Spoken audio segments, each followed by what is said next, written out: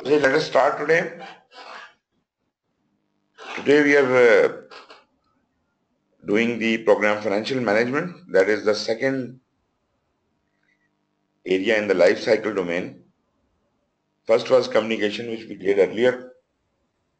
Financial management is equivalent to the project cost management as compared to the project management. So it is equivalent to the cost management knowledge area. But financial management is the name with the program. And in this area, we actually do a number of steps here. Program financial management includes all the activities involved in identifying the program's financial sources and resources, integrating the budgets of the program components, developing the overall budget for the program, and controlling the cost throughout the duration of both the components and the program. So, because it is slightly a higher level than the project management, that's why it is dealing more with the financial sourcing and resourcing of the overall program. But actually, when we used to talk about the project management, the cost management also was responsible there for the financial sourcing or whatever you want to call the reconciliation of the funding source, when and how the money would be provided. That was the responsibility of project cost management, but actually the financial sourcing was done by that step. Here, because we are not only dealing with the cost estimation and budgeting of all of the projects, but we are also program being responsible for the overall arrangement of the source, availability of the funding at right time for all the projects as well as the whole of the program. So this takes on that responsibility. If we look at the various processes here from the phases point of view, in program definition phase, we have to do the program cost estimation, overall program cost estimation. What are the approximations for the whole program? Then we lay out the program financial framework establishment, the financial framework, how and when, how much money is going to be coming from which source, and then program financial management plan is developed accordingly. In benefit delivery phase, we deal with the component cost estimation, that is each of the ingredient components or projects or whatever, their cost estimation is done during the benefit delivery. Their cost budgeting is done there, and ultimately, because monitoring and control is also part of benefit delivery, program financial monitoring and control happens in the benefit delivery phase. In closure, we close the program financial closure in program closure. So these are the 7 processes, 3 in definition, 3 in benefit delivery, and 1 in the program closure. Program cost estimating, that is the very first process out of the 7. So this is performed throughout the course of the program, although it starts with the program definition.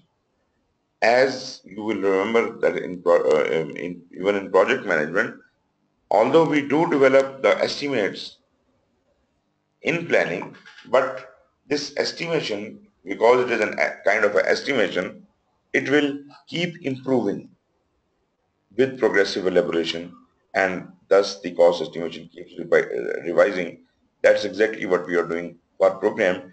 We do create a cost estimate for the whole program, but then it will be revised throughout the course of the program life cycle.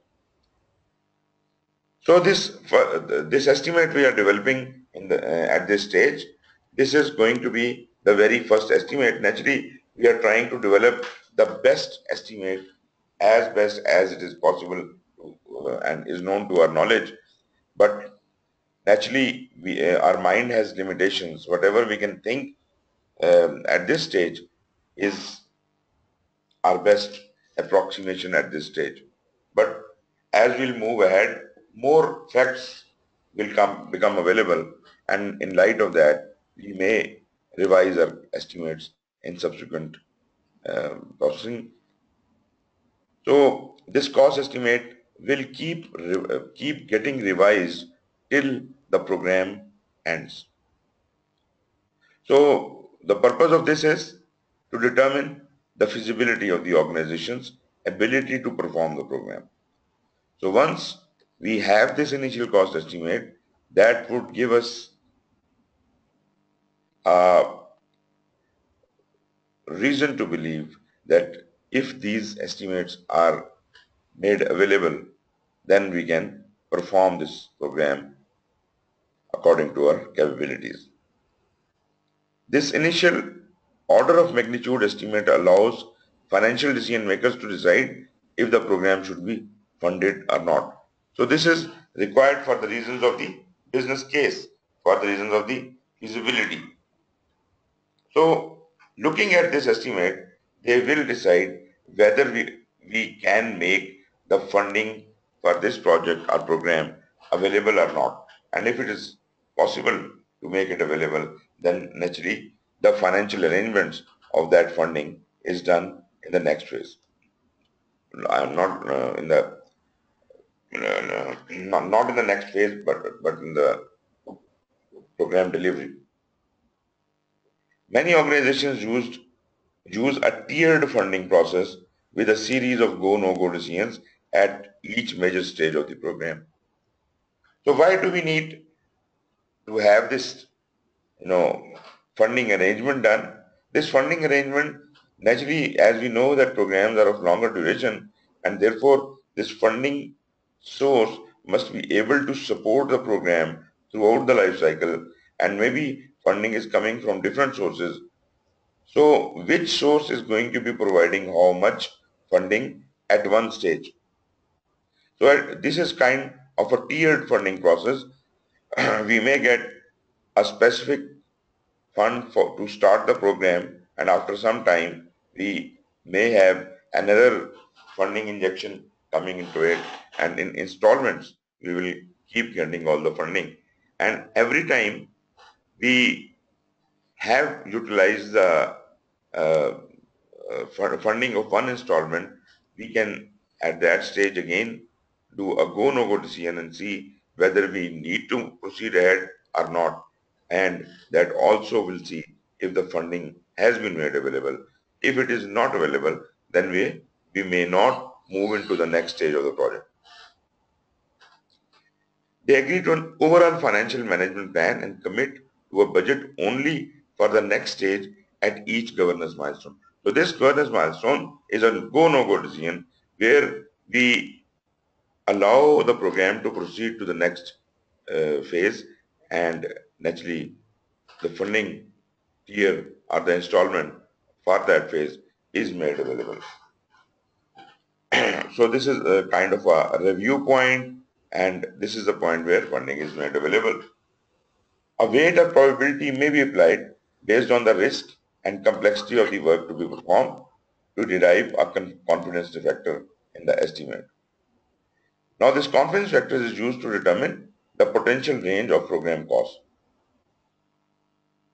When determining program costs, decision makers need to consider not only the development of and implementation of the cost, but also sustainment costs they may occur after the program is complete.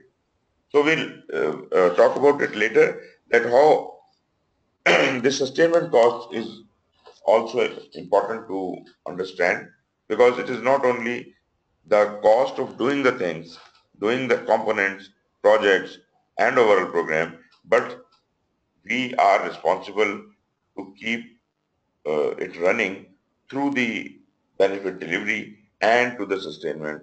So the whole cost from of making things, delivering the benefits, and ultimately transferring and sustaining, whole of that cost is included, and the whole thing is to be organized under the same funding arrangement.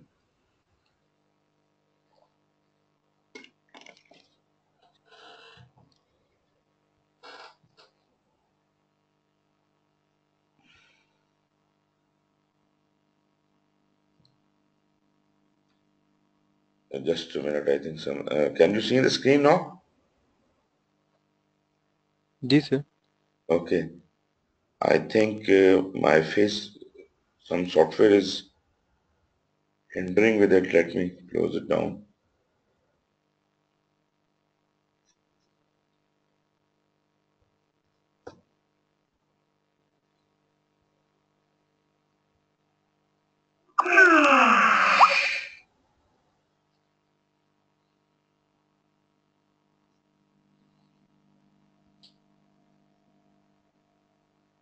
Okay.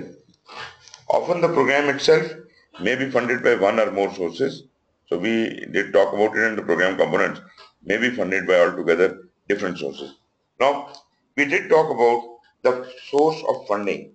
We said funding could be arranged in a tiered approach, and those funding should have been coming from one or more than one source. We'll talk about the sourcing, the maybe the sources from where the money is coming. There are internal sources, there are external sources, or is a mix-up of internal and external sources. But it might be possible that various components of the program are seeking their funding from different sources, and the overall program is actually responsible for coordinating all these sources of funding and making it sure that the right kind of funding is available at right time to start a specific component. In addition to funding sources, the timing of funding has a sir direct ये वाली impact. Slide शायद नजर नहीं आ रही मेरा ख्याल है अभी तक, जो अब सोर्सेज वाली आप बात कर रहे हैं. एक मिनट, ये 8.2.2. नो सर, 2.1 के ऊपर थी. ओके, 8.2.1. आप बताइएगा आई कि? नहीं सर अभी नहीं आई शायद. जी अब आ गई है sir. Okay, so it says in the beginning, often the program itself may be funded by one or more sources. एक या एक से ज्यादा सोर्सेज से प्रोग्राम की फंडिंग आ सकती है, और वो जो फंडिंग है वो उसकी अरेंजमेंट, उसकी कोऑर्डिनेशन, उसकी timing, this all has to be seen by the program financials. So here what we are trying to do is, previously we developed the program cost estimation, and now we are trying to develop a financial framework for the whole program. So as I said, जितने भी programmes के अंदर components हैं उनकी funding कब आनी है, कहां से आनी है, because it doesn't, if it doesn't come in time, the program will be impacted by that. The ability to perform will naturally, maybe it is withheld, maybe इसकी जो डिलीवरी है वो इफेक्ट हो जाए. To a much greater extent than in components, program costs occur earlier, often years earlier than their related benefits. This is very important point. Project में तो बात सीधी सी है कि आपने पैसा लगाया और रिजल्ट अचीव कर लिया. Here it is not the matter of getting some deliverables. ये फौरी आउटपुट इसका नहीं है. प्रोग्राम ने तो बेनिफिट डिलीवरी की तरफ देखना है, उसने तो एक लॉन्ग टर्म रियलाइजेशन में देखना है. And not only that, but it also have to ensure that the things sustain ultimately. That means that we, as soon as the program starts and its component starts, it starts spending money. The sourcing we have done for the funding वो dry होना शुरू हो जाएगी in the very beginning, and हमने तो sustainment तक चलना है. Therefore अभी बेनिफिट शायद शुरू भी ना हो कि आपके फंडिंग के सोर्सेज ड्राई हो जाएं, and there might have been a reason for self generating some funds. Maybe the program is kind of, शुरू में उसे फंडिंग मिले, बाद में वो खुद जनरेट करे फंडिंग को और उससे सस्टेनमेंट तक लेके जाए, या अगर फंडिंग थ्रू मिलनी भी है तो उसको इंश्योर करना. बड़े प्रोग्राम्स के अंदर आप अक्सर ये देखते हैं कि अमूमन जो फंडिंग के सोर्सेज हैं वो इंटरेस्ट लूज कर जाते हैं, और अल्टीमेटली प्रोग्राम के बेनिफिट का इंतजार नहीं करते, जिसकी वजह से प्रोग्राम जो है वो बुरी तरह से इम्पैक्ट होता है और वो अपने बेनिफिट्स को रीच ही नहीं कर सकते. ये शायद मैंने आप लोगों को एग्जांपल दी थी left bank outfall drain की. Left bank outfall drain में द फंडिंग सोर्स वाज मेरा ख्याल है 8 या 10 इंटरनेशनल बॉडीज थी जिन्होंने लेफ्ट बैंक आउटवर्ड ड्रेन के इस प्रोग्राम के ऊपर फंडिंग दी थी या देनी थी। और अभी प्रोग्राम शुरू हुआ और उस वक्त बड़ा एंथुसियाज्म था, बहुत फंडिंग वगैरह सब अरेंजमेंट सब कुछ ठीक ठाक हुआ। उसके बाद जितने भी सोर्सेस थे बारी बारी करके ड्राई होते गए, they lost interest in it. और जब काम करने की बारी आई और बेनिफिट डिलीवर करने की बारी आई, उस वक्त कुछ भी पैसे आने बंद हो गए। Then they have to lobby for it again, उनमें से उन्होंने कुछ सोर्सेज को इन्वोक किया, उससे कुछ पैसे आने शुरू हुए, लेकिन अल्टीमेटली प्रोग्राम जो था वो डैमेज हो चुका था। और नतीजे के तौर पे left front bank outfall drain का जो प्रोग्राम था that is known to be a disaster. कहने को तो पाकिस्तान में उसको वो प्रोजेक्ट ही कहते हैं, लेकिन that was not a project, that was a huge programme. और उसका मकसद जो उसका बेनिफिट डिलीवरी करनी थी वो ये करनी थी कि दे वांटेड कि पाकिस्तान के लोअर एरियाज जो हैं, जो मतलब सी के करीब हैं, वहां से सेम और थोर का खात्मा हो जाए और पानी जो हमारी कैनाल सिस्टम में या रिवर सिस्टम में आता है वो डाउन टू रिवर तक, सी तक जा सके, सैराब करता हुआ सारे एरिया को। लेकिन मसला वही हुआ कि प्रोजेक्ट को सही तरह से फंडिंग नहीं मिली, डिजाइन सही नहीं बने, और अल्टीमेटली बजाय इसके कि वो ये बेनिफिट डिलीवर करता, उस प्रोग्राम ने उल्टा डिजास्टर क्रिएट कर दिया।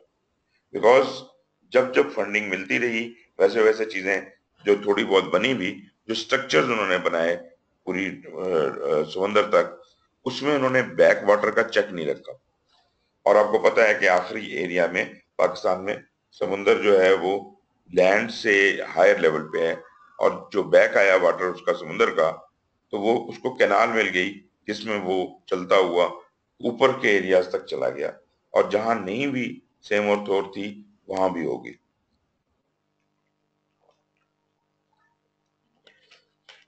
तो फंडिंग के ना होने की वजह से इस तरह बड़े बड़े डिजास्टर्स हो सकते हैं।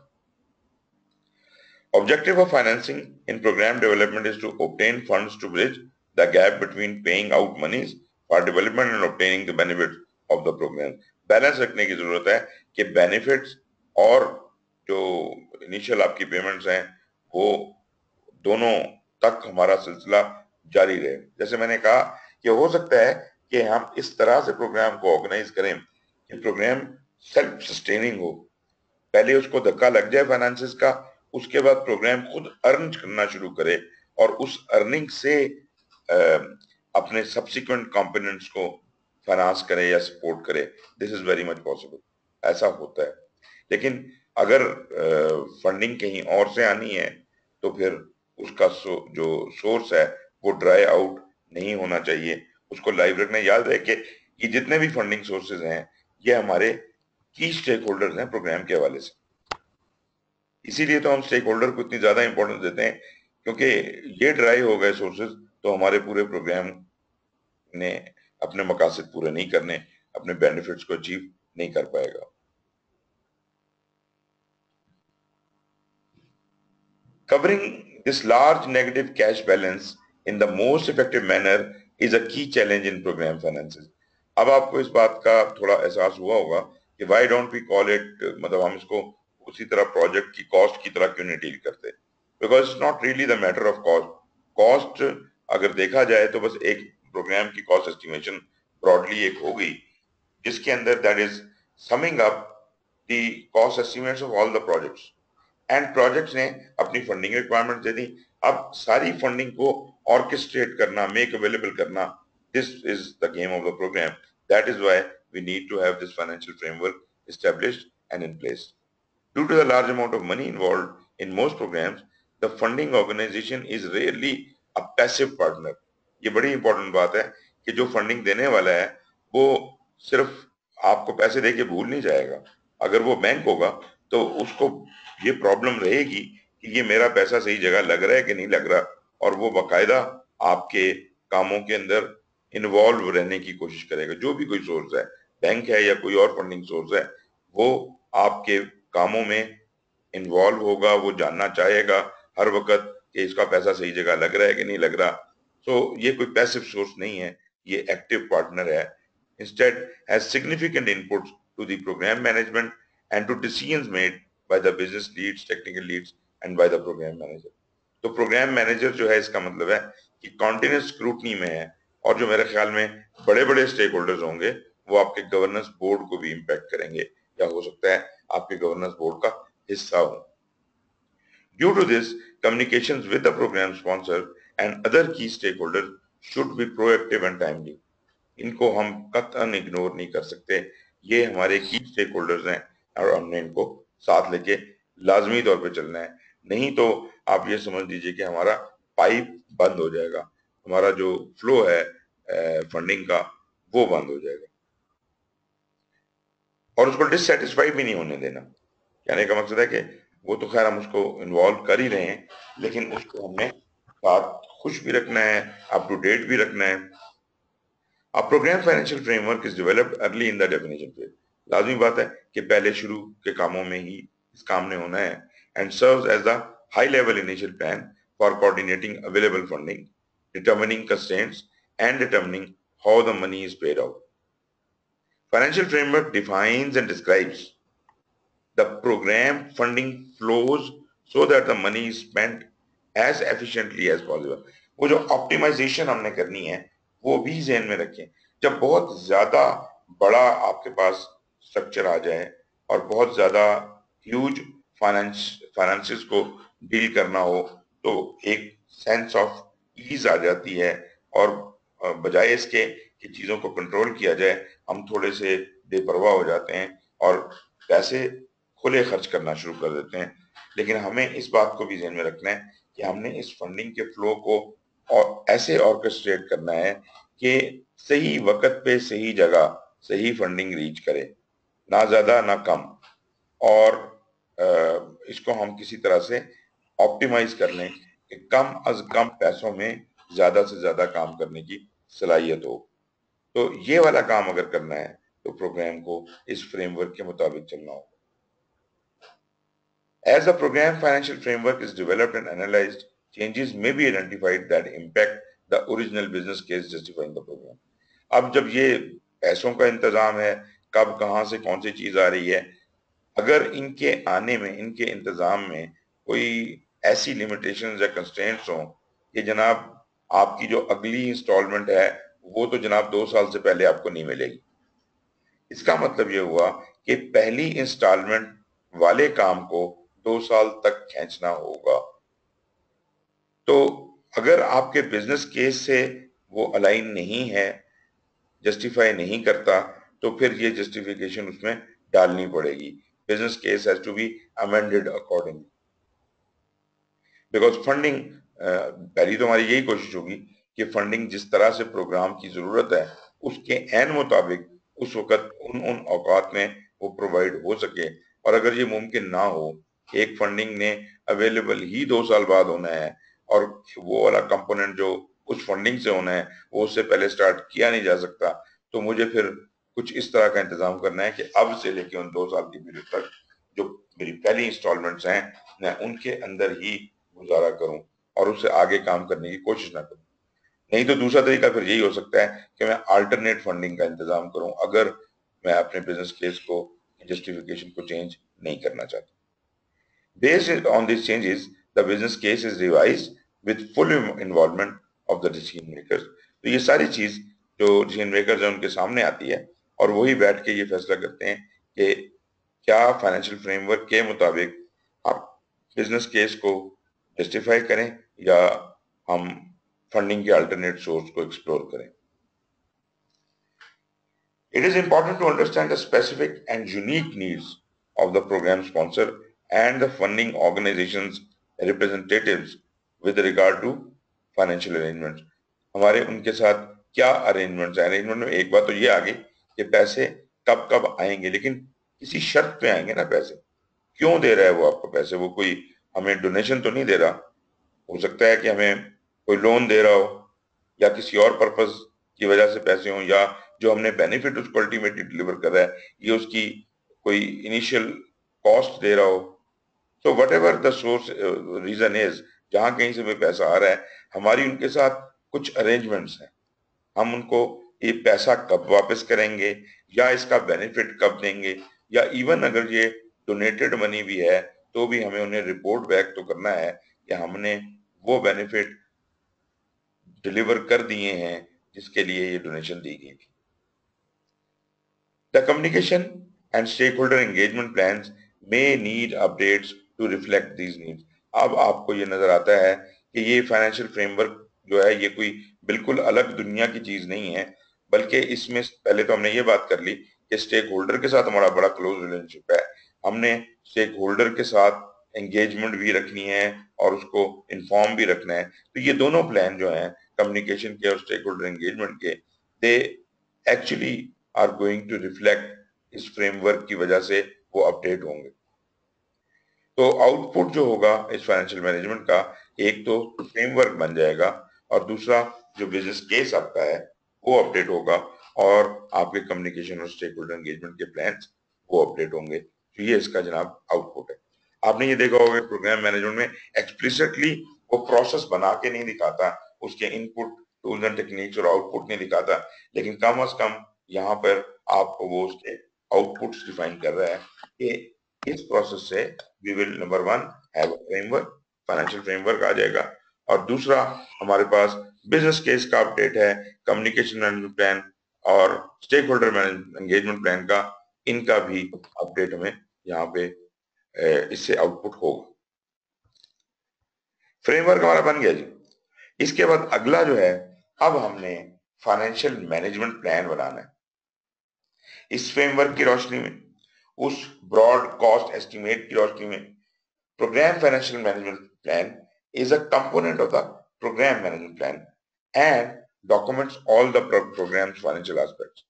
अब यहाँ पे वो एस्पेक्ट्स आएंगी कि फंडिंग कब कब चाहिए, फंडिंग के माइलस्टोन्स क्या हैं, शुरू में कितना बजट है आपका, कॉन्ट्रैक्ट पेमेंट्स और स्केड्यूल्स क्या हैं, कब कब किस किस को क्या पेमेंट्स करनी है, फाइनेंशियल रिपोर्टिंग एक्टिविटीज और उनका मैकेनिज्म क्या होगा, और इस फाइनेंशियल मैकेनिज्म को जैसे भी ये काम चलेगा इसको नापा तोला कैसे जाएगा, what will be the financial matrix. Program financial management plan expands upon the program financial framework. Framework में जो एक ढांचा सा दिया था आपने, जनरली बताया था सोर्सिंग कैसे होनी है और उसके मतलब असूल वजह कर दिए थे, सोर्सेज आइडेंटिफाई कर दिए थे। अब उनको आप तफसील के साथ इस मैनेजमेंट प्लान में डिफाइन कर रहे हैं और बाद में यही मैनेजमेंट प्लान जो है ये फॉलो होगा। And this financial management plan will include things like risk reserve जो हैं आपके प्रोग्राम लेवल के ऊपर, कैश फ्लो के प्रॉब्लम्स हैं उनको कैसे एड्रेस किया जाएगा, इंटरनेशनल एक्सचेंज रेट में अगर फ्लक्चुएशंस होती हैं उसकी डीलिंग क्या है, फ्यूचर इंटरेस्ट रेट इंक्रीज या डिक्रीज होने की सूरत में हमारे प्रोग्राम की सेहत पे क्या फर्क पड़ेगा, इन्फ्लेशन से क्या फर्क पड़ेगा, करंटली डिवेल्युएशन कैसे होगी, local laws regarding finances, trends in material cost, contract incentive and penalty clauses and extend to retain contractor payments. तो ये आप देख लीजिए कि असूली जितनी बातें हैं फाइनेंसिस से रिलेटेड, आपकी फंडिंग सोर्सेज से रिलेटेड और उस पैसे के खर्च होने से और उसके उसके जो जो उसकी पूरी मैनेजमेंट है उस सारे पैसे की अक्रॉस ऑल दी कंपोनेंट्स, वो सारे का सारा इंतजाम प्रोग्राम मैनेजमेंट प्लान के अंदर है।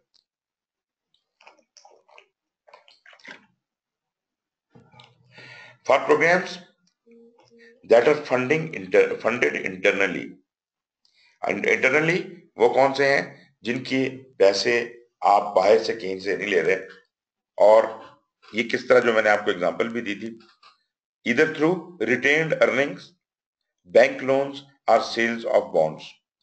हम अपने ही रिसोर्सेज से, अपने ही मतलब अगर से कि कंपनी या ऑर्गेनाइजेशन के जो रिसोर्सेज हैं उन्हीं के ऊपर लोन लेते हैं, उन्हीं की अर्निंग से काम करते हैं, या जो हमारी सेविंग्स हैं उनको हम यहाँ लगाते हैं।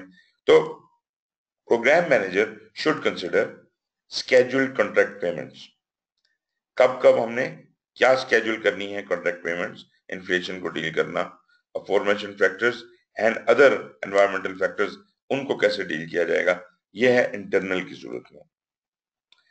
When developing the program financial management plan, program managers should also include any component payment schedules, operational costs and infrastructure costs. तमाम कंपोनेंट जो हैं वो आपके प्रोग्राम में इंक्लूसिव हैं। उन तमाम की फंडिंग का बंदोबस्त करना तो प्रोग्राम नहीं है, और उनका जो कोई भी स्केड्यूल होगा, कोई कॉन्ट्रैक्ट्स हैं, उनकी पेमेंट्स हैं, कोई और हिसाब किताब है, वो सब का सब इसमें पोर्ट्रे होना चाहिए। It is important to develop financial matrix by which the program benefits are measured. हमने अभी बात की पीछे कि फाइनेंशियल मैट्रिक भी हम डिफाइन करते हैं फाइनेंशियल मैनेजमेंट प्लान में, तो उन फाइनेंशियल मैट्रिक्स को आप जरूरी है कि इस किस्म के हों कि प्रोग्राम बेनिफिट्स को मेजर किया जा सके उन फाइनेंशियल मैट्रिक के हिसाब से। आपको याद होगा हम अर्न वैल्यू इस्तेमाल करते थे प्रोजेक्ट मैनेजमेंट में, तो अर्न वैल्यू क्या था, वो that was giving us a mechanism, a metric to measure cost and time. यहां पर भी हम बेनिफिट को मेजर करना चाह रहे हैं, कितना बेनिफिट मिल जाए तो हम उसको कितने किस फाइनेंशियल स्केल के ऊपर नापेंगे कि हमें इतने पैसे का फायदा मिल गया।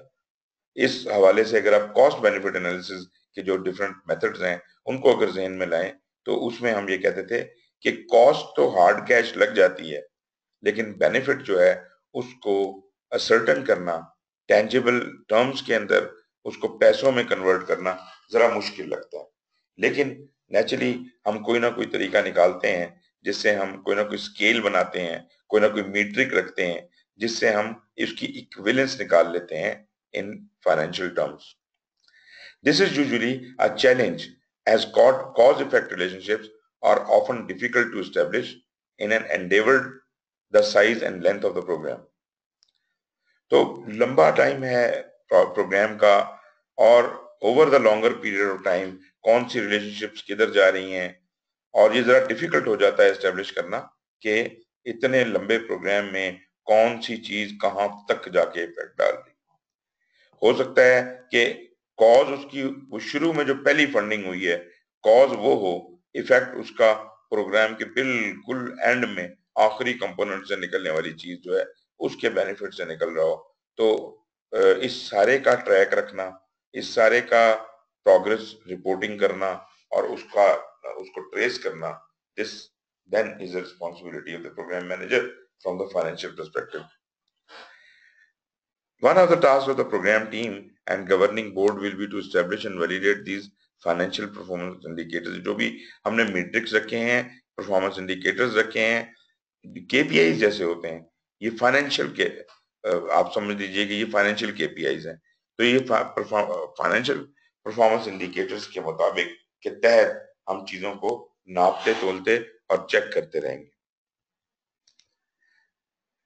As changes to cost, schedule and scope occur throughout the duration of the program, these metrics are measured against the initial metrics used to approve the program। तो जिस वक्त हमने प्रोग्राम बनाया उस वक्त हमने ये एस्टेब्लिश कर दिया ना मीट्रिक, अभी उन्हीं मीट्रिक्स के तहत हम इसको नापते हैं, और चीजें वही हमारे पास जो तीन मेन ऑब्जेक्टिव्स होते हैं, स्कोप, टाइम और कॉस्ट, उनमें अगर कोई तब्दीली आए तो हम इन मीट्रिक्स जो कि हमने इनिशियली प्लान करते वक्त बनाए थे उनके तहत हम देखेंगे कि क्या अप्रूवल की शर्त क्या थी।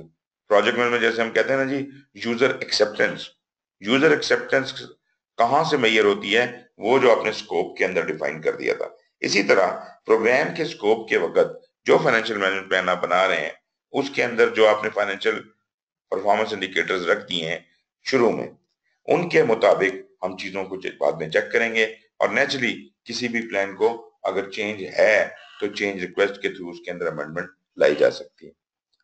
Decisions to continue the program, to cancel it or to modify it are based in part on the results of these financial measures।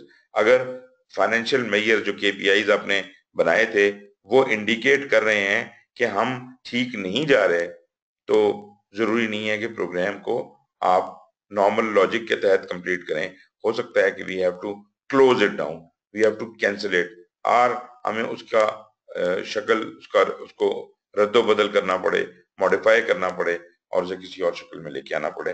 तो वो सब कुछ जो है इन फाइनेंशियल डिसीजन है, और इस मेजरमेंट के ऊपर, इस मीट्रिक के ऊपर बेस कर रहे हैं, उन परफॉर्मेंस इंडिकेटर्स के ऊपर बेस कर रहे हैं जो हमने शुरू में एस्टेब्लिश कर दिए थे। फाइनेंशियल मैनेजमेंट, एक मिनट जी, ये फिर कोई मेरा ख्याल है पॉज हो रहा है।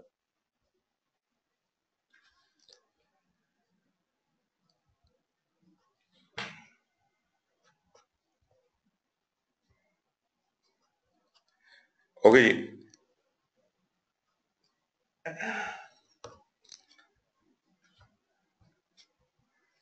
अच्छा आउटपुट की हम बात कर रहे थे फाइनेंशियल मैनेजमेंट प्लान की। इसमें naturally the financial management plan is there, program के फंडिंग स्केड्यूल्स वो हमारे पास आउटपुट के तौर पे आ जाएंगे, हमारे पास पेमेंट के स्केड्यूल्स आ जाएंगे, हमारे पास ऑपरेशनल कॉस्ट आ जाएंगी और प्रोग्राम की फाइनेंशियल मीट्रिक्स आ जाएंगी। 5 चीजें हैं जो हमारे फाइनेंशियल मैनेजमेंट प्लान के आउटपुट के तौर पे बाहर निकलती हैं। Financial management plan itself, funding का स्केड्यूल क्या है, कब कब कहां से कौन सी फंडिंग आनी है, उसका पेमेंट स्केड्यूल, कंपोनेंट्स को कब कब पेमेंट कितनी करनी है, ऑपरेशनल कॉस्ट हमारे प्रोग्राम की क्या है, और फाइनेंशियल मीट्रिक्स, उसको नाप तोल का क्या निजाम आपने बनाया है वो। Because programs have a significant element of uncertainty, ये भी हम कॉस्ट एस्टिमेशन पे आ गए हैं जनाब, कंपोनेंट कॉस्ट एस्टिमेशन पे, और ये we are actually now in the benefit delivery. पहले जो 3 प्रोसेस हमने डिस्कस किए, पहला था प्रोग्राम का कॉस्ट एस्टिमेशन था, फिर हमने उसका फाइनेंशियल फ्रेमवर्क बनाया, फिर हमने फाइनेंशियल मैनेजमेंट प्लान बनाया, ये सब कुछ उसकी जो इनिशियल लेआउट था उसके अंदर था। अब हम जब डेफिनेशन हो गई है प्रोग्राम की, अगला जो फेज है ये है बेनिफिट डिलीवरी का, और बेनिफिट डिलीवरी में पहला प्रोसेस है कि ईच कंपोनेंट कॉस्ट एस्टिमेशन।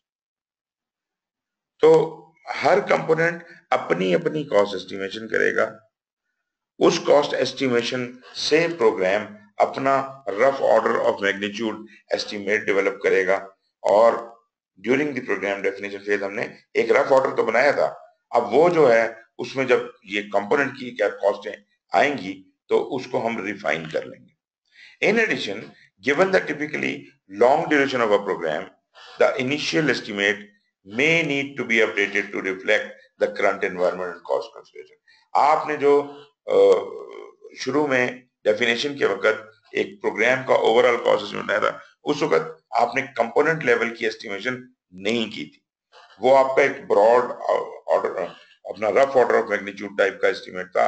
अब हम उसको यूं कह लीजिए कि नीचे से डाटा जो कंपोनेंट से आ रहा है उसकी सपोर्ट मिल रही है, और अब आपका वो प्रोग्राम एस्टिमेट जो है वो इससे ज्यादा सॉलिडिफाई होगा। सो जैसे हम बिजनेस केस बनाते वक्त, फिजिबिलिटी करते वक्त हम लमसम या रफ ऑर्डर ऑफ मैग्नीट्यूड पे चलते हैं, उस वक्त हमें एक्टिविटीज का नहीं पता होता प्रोजेक्ट के अंदर। इसी तरह प्रोग्राम में जब हमने प्रोग्राम का कॉस्ट एस्टिमेट लगाया तो वो रफ ऑर्डर ऑफ मैग्नीट्यूड था, उस वक्त डिटेल नहीं पता थी। जब वो डिटेल हम प्रोग्राम लेवल या कंपोनेंट लेवल से अवेलेबल हो जाएगी उनकी कॉस्ट एस्टिमेशन की, तो हमारा प्रोग्राम का एस्टिमेट भी सॉलिडिफाई हो जाएगा। In addition, given the typically long duration की बात हमने की कि इनिशियल एस्टिमेट में नीड टू बी अपडेटेड, वो अपडेट होंगे और हमारे करंट एनवायरनमेंट जो है कॉस्ट कंसिडरेशंस के हिसाब से चेंज हो जाए। It is a generally accepted good practice to calculate an estimate as close to the beginning of a work effort as possible. जितनी जल्दी हम उन एस्टिमेशंस को करेंगे उतना इबाम रहेगा, लेकिन मैं ये नहीं कह रहा हूं एस्टिमेशन करनी नहीं है, एस्टिमेशन तो एज सून एज पॉसिबल होनी चाहिए, लेकिन जैसे जैसे उस वर्क के स्टार्ट होने तक का वक्त गुजरेगा वैसे वैसे हकीकतें खुल के सामने आती जाएंगी और एस्टिमेट और ज्यादा एक्यूरेट होता जाएगा।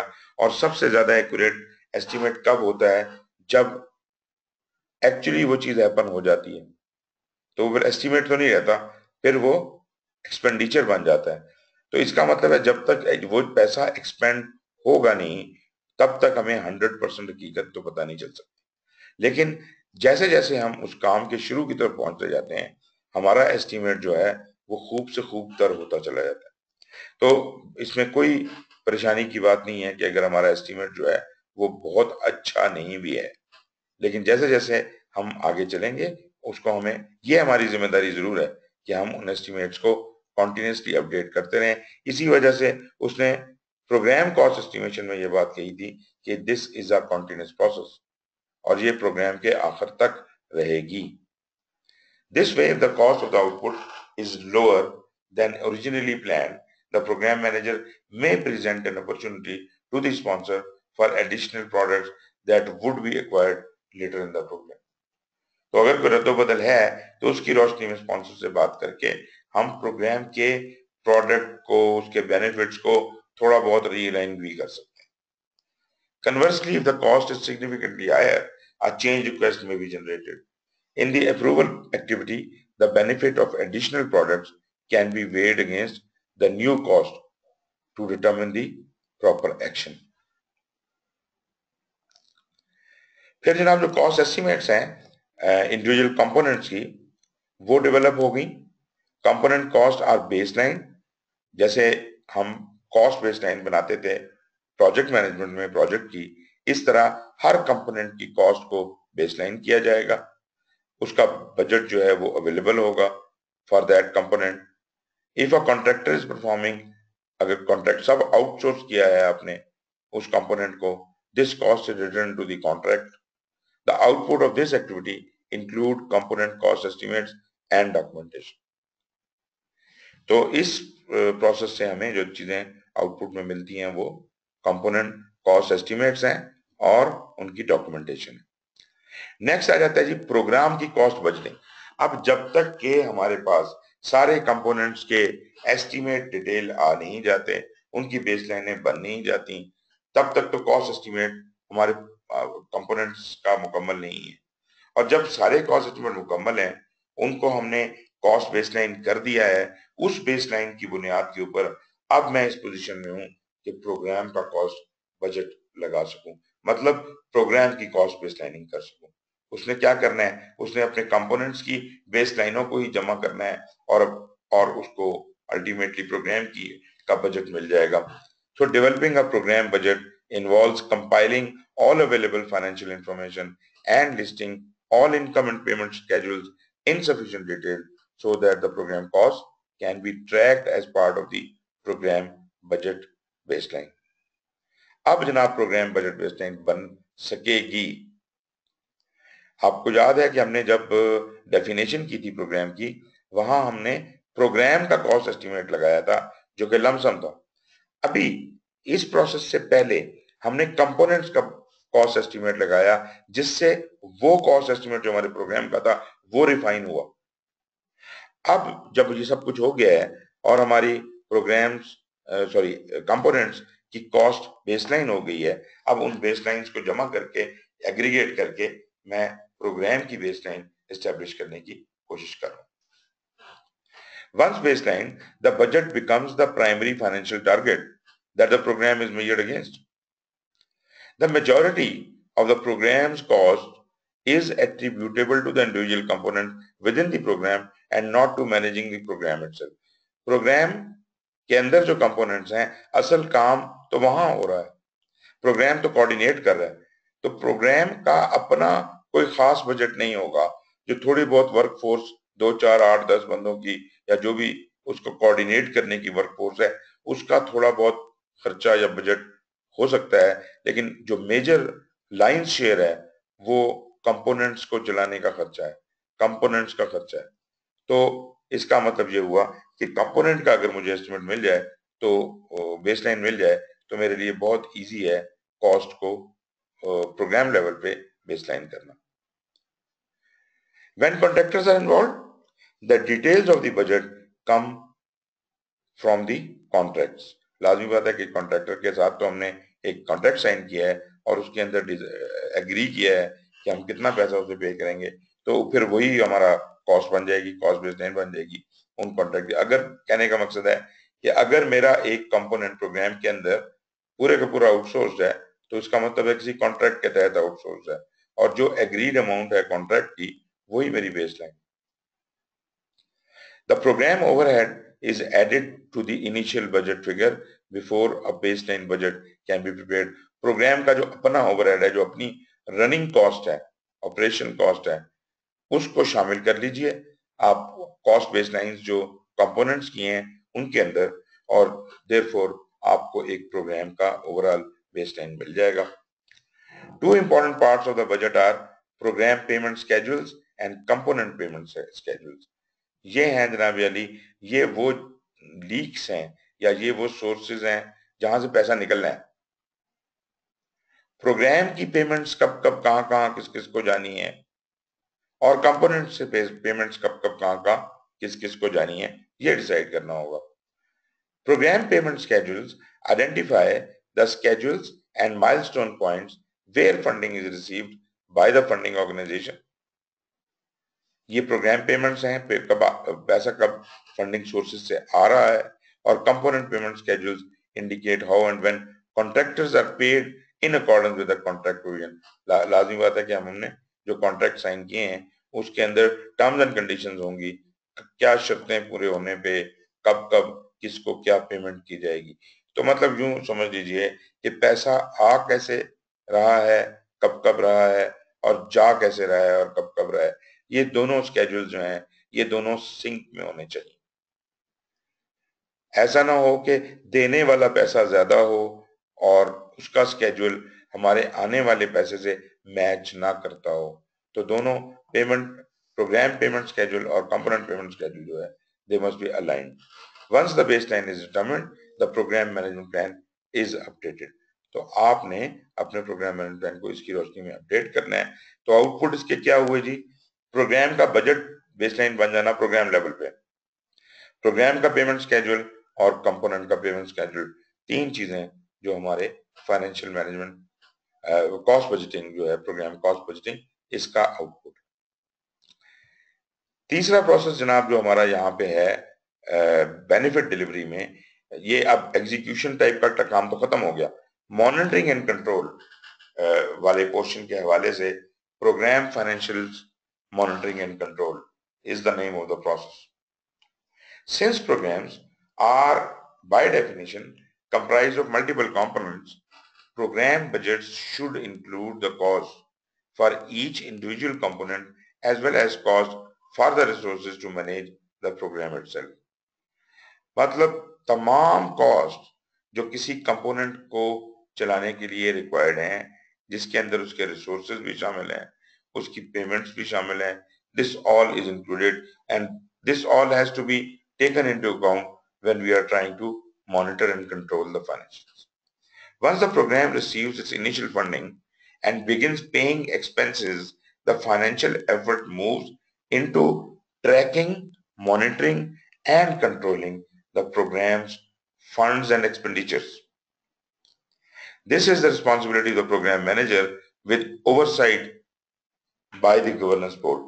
नजर इस पे प्रोग्राम मैनेजर की है और ओवरऑल गवर्नेंस बोर्ड इसको देख रहा है, और इसका मतलब यह है कि इसके ऊपर हम काफी तेज नजर रखे हुए हैं कि कोई इसमें गड़बड़ ना होने पाए।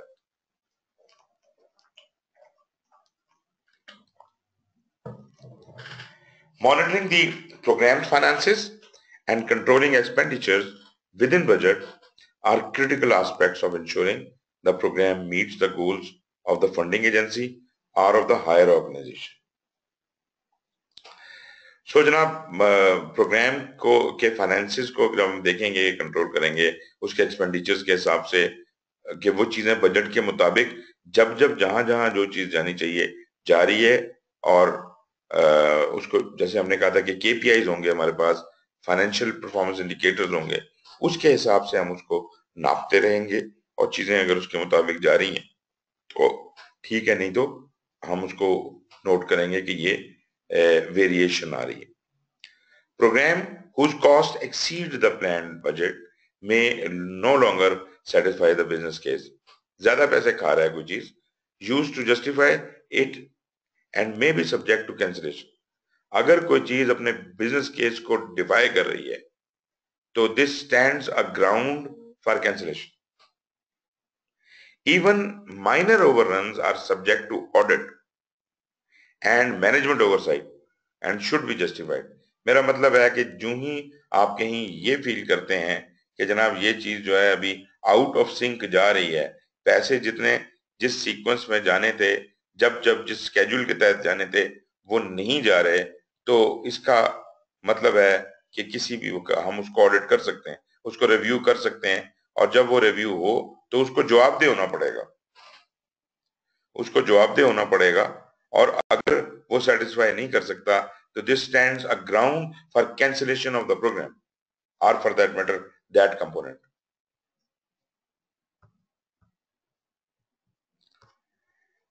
Typically financial management activities include, जो मॉनिटरिंग एंड कंट्रोल के लिए स्टैंड करती हैं, identifying factors that create changes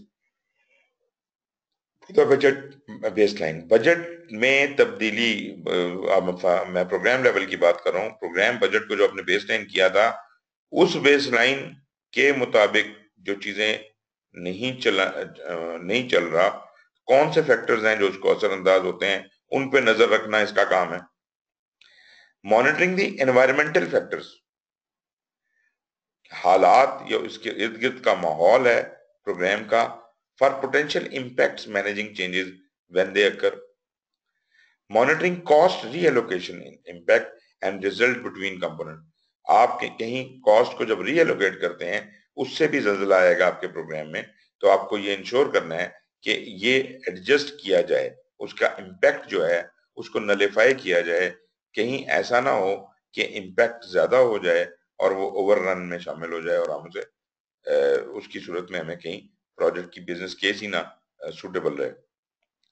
monitoring contract expenditure, जो जो कंपोनेंट्स हमने आउटसोर्स किए हुए हैं, उनके कॉन्ट्रैक्ट एक्सपेंडिचर्स को देखें, to ensure funds are disbursed in accordance with the contract, कहीं उससे ज्यादा या कम तो नहीं पैसे जा रहे। इंप्लीमेंटिंग अर्न्ड वैल्यू मैनेजमेंट, जैसे अर्न्ड वैल्यू हम प्रोजेक्ट्स में इस्तेमाल करते थे, यहां पर भी तो वही चीजें हैं, स्कोप, टाइम और कॉस्ट, और टाइम और कॉस्ट का परफॉर्मेंस इंडेक्स तो यहां भी निकल सकता है। और लाजमी बात है कि कंपोनेंट्स जो हैं वो अपनी अर्न वैल्यू मैनेजमेंट कर रहे हैं, प्रोग्राम लेवल के ऊपर भी हम अर्न वैल्यू मैनेजमेंट कर सकते हैं।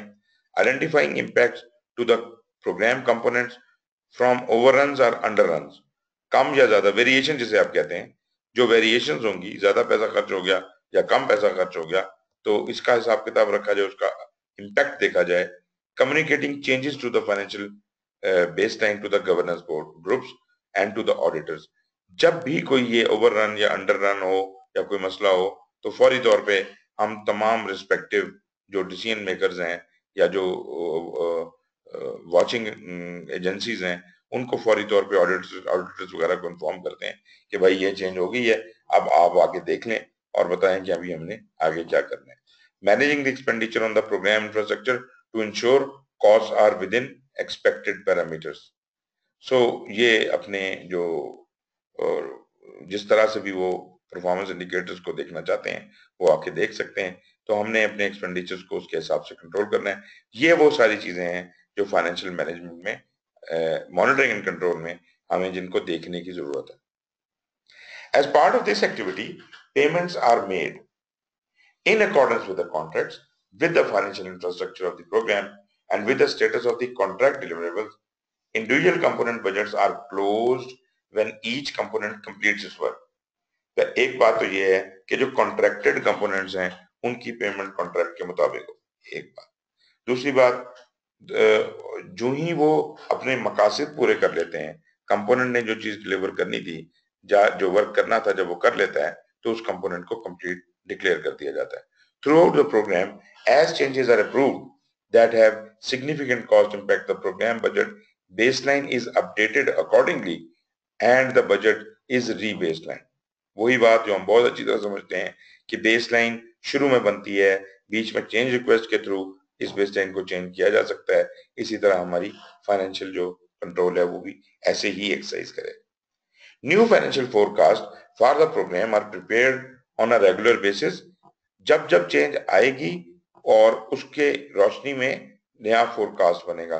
फोरकास्ट हम कहाँ पढ़ते थे, हम स्कोप में, सॉरी, टाइम में और कॉस्ट में फोरकास्ट की बात करते थे, कि जब हम उनकी वेरिएंसेस कैलकुलेट करते थे प्रोजेक्ट्स के अंदर, प्रोजेक्ट मैनेजमेंट के अंदर, तो हम फिर उसको फोरकास्ट करते थे कि अब हमारा प्रोजेक्ट जो है वो कब खत्म और कितने पैसे में खत्म होने का इम्कान बनता है। एग्जैक्टली वही चीज अब हम जरा थोड़ा लेवल हाई कर दिया। अब फाइनेंशियल फोरकास्ट हम कर रहे हैं प्रोग्राम के बारे में, और ये हम रेगुलरली अपडेट करते रहते हैं जब जब कोई तब्दीली हो, और साथ साथ जब भी इसको अपडेट करते हैं वी, क्योंकि हमने स्टेक होल्डर को भी हमने साथ एंगेज रखना है, हम उसको कम्युनिकेट भी करते रहते हैं।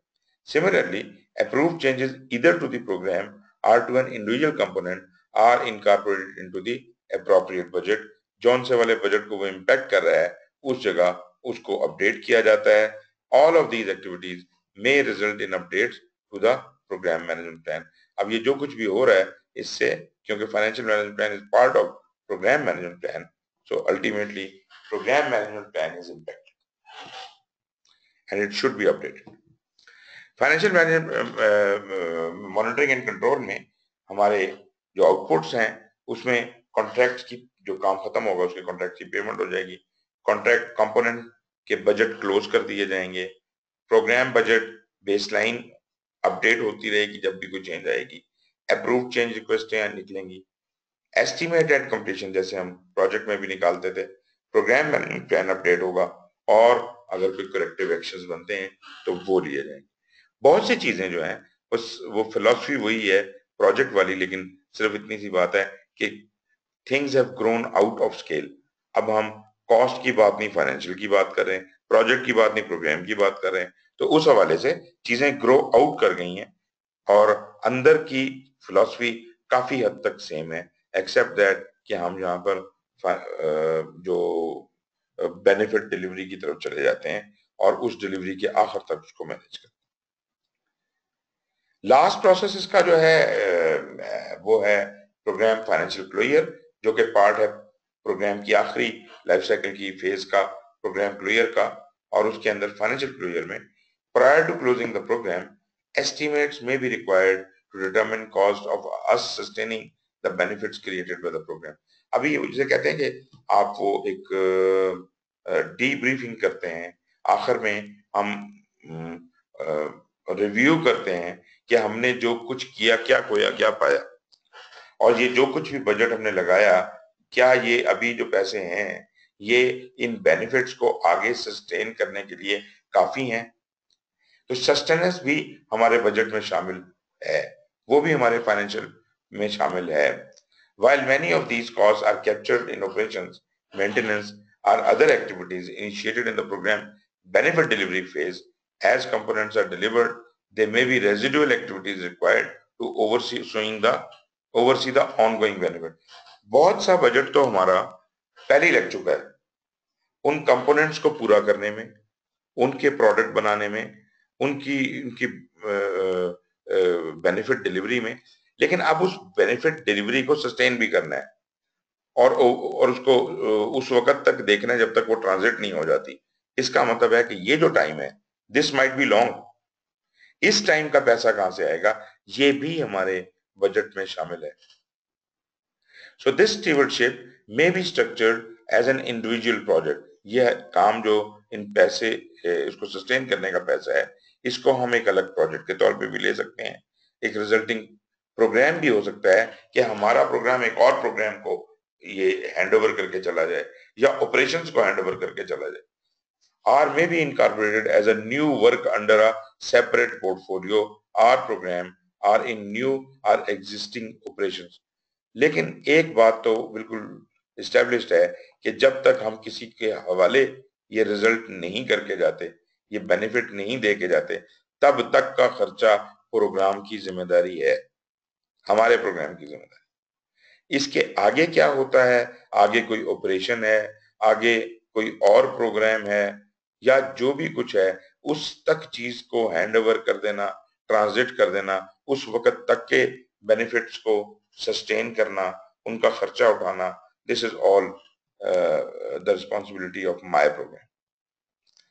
Programme financial closure commences once sustainment budgets are developed, benefits are delivered and sustainment has commenced।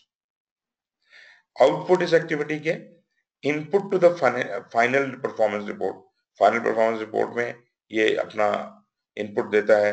Update to the program financial management plan, input into the knowledge repository, ये आपके लेसन लर्न या जिसको हम क्या कहते हैं ऑर्गेनाइजेशनल प्रोसेस एसेट्स, उसके अंदर ये इसके आउटपुट जाएंगे।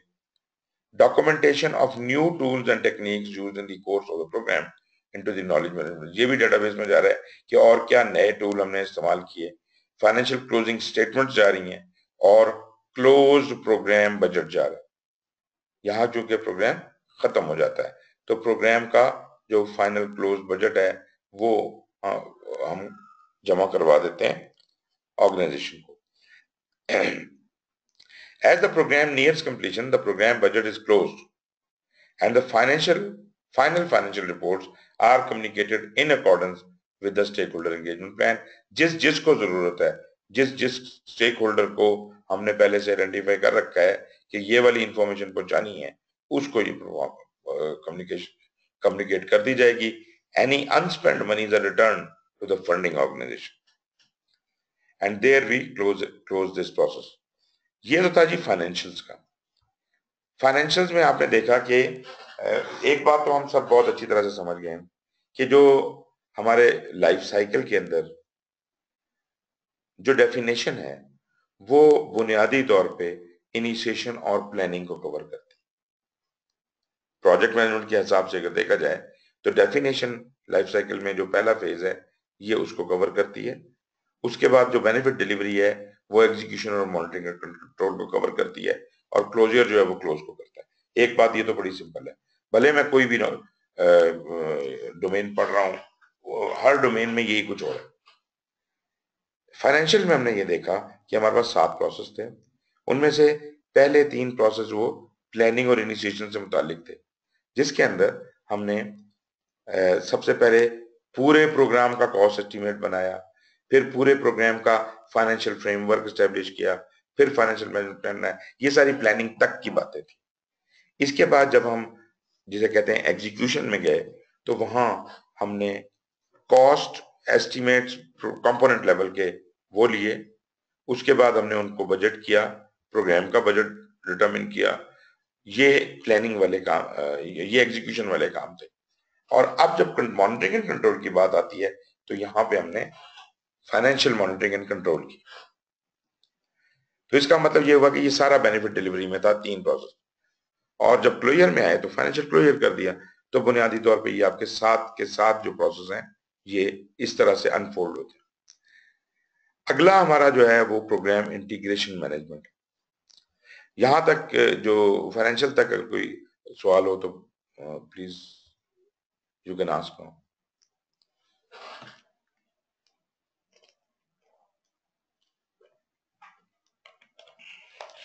जी जनाब। जी ठीक है सर। अच्छा जी, इंटीग्रेशन को देख लेते हैं। इंटीग्रेशन भी मेरा ख्याल है कि इतना ज्यादा लंबा एरिया नहीं है। होपफुली हम इंटीग्रेशन भी आज कंप्लीट करके ही फारिग करेंगे इसे। Integration management includes the activities needed to identify, define, combine, unify and coordinate multiple components in the program। Function वही है जो प्रोजेक्ट इंटीग्रेशन का था, लेकिन यहाँ लेवल बड़ा हो गया, प्रोग्राम की इंटीग्रेशन है। इसका अपने तौर पे तो शायद कोई और काम नहीं है सवाए सारी चीजों को पहले खोलता है और फिर जोड़ता है। मतलब आइडेंटिफाई करने से ये काम शुरू करता है, फिर सारे जब आइडेंटिफाई हो जाते हैं उनको डिफाइन करता है, फिर उनके रिजल्ट्स को कंबाइन करता है, यूनिफाई करता है। सारे जब बेनिफिट्स यूनिफाई हो जाते हैं तो फिर उनको साथ लेके बच्चों की तरह चलता है और उनके दरमियान की कोऑर्डिनेशंस करवाता है। It coordinates the various program management activities across the program management life cycle। Throughout the life cycle, integration will have the responsibility of putting it all together। बेशक वो कोई भी लाइफ साइकिल का फेज हो, वो definition हो, वो benefit delivery हो या क्लोजर हो, जैसे प्रोजेक्ट मैनेजमेंट में हम पढ़ते आए हैं, integration is always the parent. तो ये वो पेरेंटल रोल जो है, उनको यूनिफाइंग का काम जो करना है वो इंटीग्रेशन करेगी। इसके भी आप ये देखेंगे, इसकी तो जरूरत है कि इसकी हर फेज के अंदर इसकी एग्जिस्टेंस होगी और काफी मेजर एग्जिस्टेंस होगी। डेफिनेशन के दौरान प्रोग्राम की इनिशिएशन, मतलब प्रोग्राम स्टार्ट कैसे होगा, इनिशिएशन उसकी कैसे होगी, उसका एक प्रोसेस है। फिर प्रोग्राम का मैनेजमेंट प्लान बनेगा। उसके बाद प्रोग्राम का इंफ्रास्ट्रक्चर डेवलप होगा। दिस इज समथिंग न्यू जो कि हम प्रोजेक्ट वगैरह में नहीं करते थे। और ये इंफ्रास्ट्रक्चर ऐसे ही है जैसे अभी आपने फ्रेमवर्क बनाया था फाइनेंशियल। फाइनेंशियल मैनेजमेंट प्लान अलग था और फाइनेंशियल फ्रेमवर्क अलग था। यहां पर भी प्रोजेक्ट मैनेजमेंट प्लान अलग है और प्रोग्राम का इंफ्रास्ट्रक्चर इंफ्रास्ट्रक्चर अब उस प्रोग्राम के मैनेजमेंट प्लान के तहत बनेगा। जबकि फाइनेंशियल में क्या था, पहले फ्रेमवर्क बनता था और उस फ्रेमवर्क के तहत फाइनेंशियल मैनेजमेंट प्लान बनता था। लेकिन इसमें हम क्या कर रहे हैं कि पहले हम प्रोग्राम मैनेजमेंट प्लान डेवलप कर रहे हैं, फिर उसको एग्जीक्यूट करने के लिए उसके लिए रास्ता बना रहे हैं या उसके लिए रास्ते हमवार कर रहे हैं। जैसे आप कोई कंस्ट्रक्शन का काम करते हैं तो प्लानिंग तो कर लेते हैं, उसके बाद सबसे पहले आप रोड इंफ्रास्ट्रक्चर क्रिएट करते हैं और जब वो इंफ्रास्ट्रक्चर कम्युनिकेशन का बन जाता है तो कंस्ट्रक्शन शुरू होती है, घर बनना या बिल्डिंग बनना उसके बाद शुरू होते हैं। तो हम ये इंफ्रास्ट्रक्चर लेआउट करेंगे कि प्रोग्राम के अंदर कंपोनेंट्स को चलाने के लिए या उनको शुरू करने के लिए हमवार ग्राउंड प्रोवाइड करना चाहते हैं। बेनिफिट डिलीवरी के अंदर प्रोग्राम एग्जीक्यूट होगा, उसकी एग्जीक्यूशन की मैनेजमेंट है और मॉनिटरिंग एंड कंट्रोल के हवाले से, क्योंकि बेनिफिट डिलीवरी में एग्जीक्यूशन और मॉनिटरिंग कंट्रोल दोनों होते हैं। तो जहां तक एग्जीक्यूशन का पार्ट है तो उसका प्रोसेस है project execution management which is responsible for overall integration of all the execution work. और प्रोग्राम परफॉर्मेंस को मॉनिटर एंड कंट्रोल करते हैं जिस तरह हमने फाइनेंशियल को किया था। लेकिन जो ये नॉलेज एरिया है ये इंटीग्रेशन का है और इंटीग्रेशन ओवरऑल सारे ही नॉलेज एरिया के काम को ओवरऑल रिव्यू करेगा और उसकी मॉनिटरिंग एंड कंट्रोल करेगा। क्लोजर में हमारे पास सिर्फ प्रोग्राम क्लोजर नहीं है बल्कि लाजमी बात है कि ओवरऑल प्रोग्राम को ट्रांजिट भी करना है, ट्रांजिशन भी करनी है और बेनिफिट सस्टेनमेंट भी करनी है।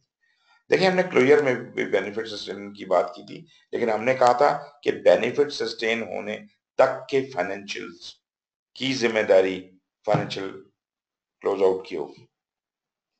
यहां पे हम पैसों की बात नहीं कर रहे, हम यहां बात कर रहे हैं प्रोग्राम के सारे कंपोनेंट्स, प्रोग्राम की सारे जो कुछ भी इसके अंदर हो रहा है उन तमाम को ट्रांजिट करना और उनके उस वक्त तक की बेनिफिट डिलीवरी या सस्टेनमेंट करना, ये जिम्मेदारी प्रोग्राम क्लोजर की है और इस फेज की है।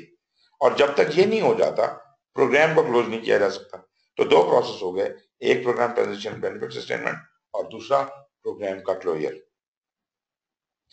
Throughout the program integration activities, there are numerous interactions with the other program domains and program supporting activities. याद रहे कि एक लेयर हमारी डोमेन्स की अलग चल रही है। वो याद होगा आपको, गवर्नेंस डोमेन थी, ये लाइफ साइकिल बताते खुद एक डोमेन है। तो 5 डोमेन्स हमारी चल रही हैं and within the life cycle domain right now we are discussing various supporting activities. ये सपोर्टिंग जो है इसमें से हमने कम्युनिकेशन पढ़ा, हमने फाइनेंशियल पढ़ा, अब हम इंटीग्रेशन की बात कर रहे हैं और इस तरह ये 9 है जो सपोर्टिंग है। तो ये दोनों का लेआउट आप फ्रेमवर्क ज़हन में रखिए कि ये कहाँ पे है। This is just the life cycle domain we are discussing right now and उसके अंदर हम प्रोग्राम सपोर्टिंग एक्टिविटीज को देख रहे हैं जिसमें से ये तीसरा एरिया हम कवर कर रहे हैं इंटीग्रेशन का। This section provides common interactions and makes references as practicable. Program initiation activities generally occur during the program definition phase of the program management life cycle. So program लाजमी बात है कि पहला काम है, पहला प्रोसेस है। जैसे प्रोजेक्ट इनिशिएशन होती थी तो उस वक्त उसका चार्टर बनता था। यहाँ देखते हैं कि प्रोग्राम की इनिशिएशन में क्या होता है। पर्पस इसका है कि प्रोग्राम को डिफाइन किया जाए, उसकी उसकी फंडिंग सिक्योर की जा सके, क्योंकि इंटीग्रेशन है तो integration will take on the owner और जो क्या कहते हैं रिस्पॉन्सिबिलिटी है सारी चीजों की। Financial management is part and parcel of the program management plan. Program initiation deals with integration, and integration creates ultimately the overall program management plan, जिसके अंदर फाइनेंशियल मैनेजमेंट प्लान और कम्युनिकेशन मैनेजमेंट प्लान और सारे management उसका हिस्सा है। इसलिए अगर आपको कहीं ये नजर आता है कि ये फाइनेंस की बात कर रहा है, तो इसका मतलब है ये चूंकि पेरेंट रोल में है तो फाइनेंसिंग इसके अंडर आती है। तो ये सिक्योर फंडिंग भी करेगा, फाइनेंसिंग भी करेगा और डेमोन्स्ट्रेट करेगा how the program will deliver the desired organizational benefits. तो ओवरऑल रिस्पॉन्सिबिलिटी इनिशिएशन की इसके पास। Program sponsor assigns a program manager to conduct and manage the initial work of the program. जो भी कोई प्रोग्राम स्पॉन्सर एलोकेट हुआ है वो programme sponsor को एलोकेट करेगा। टिपिकल प्रोग्राम इनिशिएशन एक्टिविटीज में क्या कुछ आता है जी? प्रोग्राम स्पॉन्सर का बजाते खुद सिलेक्शन एंड फाइनेंसिंग। पहला स्टेप इसमें प्रोग्राम स्पॉन्सर की अपनी सिलेक्शन और फाइनेंसिंग का इंतजाम। प्रोग्राम मैनेजर की असाइनमेंट। फिर आता है estimate of cost, scope, resources and cost. Then is the initial risk assessment. फिर बिजनेस केस अपडेट होता है इसकी रोशनी में, एंड और प्रोग्राम का रोड मैप बनता है और प्रोग्राम का चार्टर डेवलप होता है। So you see there are a number of activities in program initiation, जिसमें स्पॉन्सर की असाइनमेंट, प्रोग्राम मैनेजर की assignment, estimation, initial risk assessment, business case update, road map और चार्टर का डेवलप होना, ये सब कुछ शामिल। एक एक करके इनको लेते हैं। प्रोग्राम स्पॉन्सर की सिलेक्शन और फाइनेंसिंग के हवाले से स्पॉन्सरिंग ऑर्गेनाइजेशन जो है वो सिलेक्ट करती है किसी एक बंदे को प्रोग्राम स्पॉन्सर के तौर पे, ताकि वो ओवरसी कर सके प्रोग्राम को and secure financing as appropriate for the organization and ensures the program delivers the intended benefits with the agreed upon cost, scope and schedule. Initial program financing जो है वो lump sum है, is secured and additional financing may be needed as new components are introduced to the program across its duration. तो कहने का मकसद है कि ये डिटेल फाइनेंसिंग की बात नहीं हो रही, ये इनिशियल फाइनेंसिंग की बात हो रही है, जिससे ये स्पॉन्सर जो है इससे आगे चलना और सोचना शुरू करता है और जैसे जैसे कंपोनेंट आते हैं वैसे वैसे उनकी फाइनेंसिंग मेक अवेलेबल होती रहती है। प्रोग्राम मैनेजर की असाइनमेंट अगला काम है जी। The assignment of the program manager, defined role and organizational interfaces should be perform as early in the program initiation phase as is possible. A skilled and knowledgeable program manager. अब programme manager हमें यहाँ काफी experience बंदा चाहिए। ये हम lower level के project manager के बंदे को नहीं कह सकते कि भाई तुम प्रोग्राम उसका संभालो, इज अ बिग रिस्पॉन्सिबिलिटी।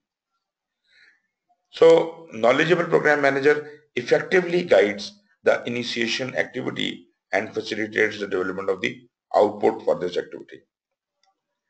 सोच समझ के ये काम करने वाला है। फिर इसी ने जब ये काम कर लिया तो अब वो एस्टिमेट लगाने के काबिल होगा ना।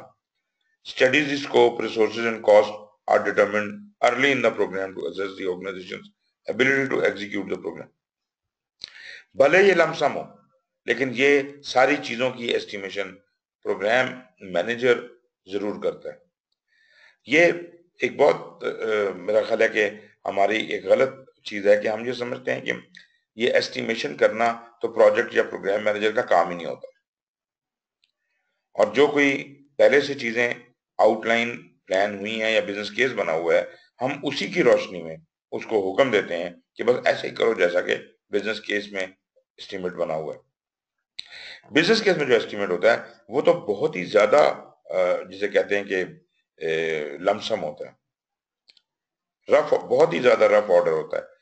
प्रोग्राम मैनेजर या प्रोजेक्ट मैनेजर जब अपनी जगह पर आते हैं तो वो बेस्ट जज हैं रिसोर्सेज, कॉस्ट और स्कोप, टाइम वगैरह के हवाले से चीजों को डिटेल में कैलकुलेशन करने के, इसलिए ये हक हमें उनसे नहीं लेना चाहिए।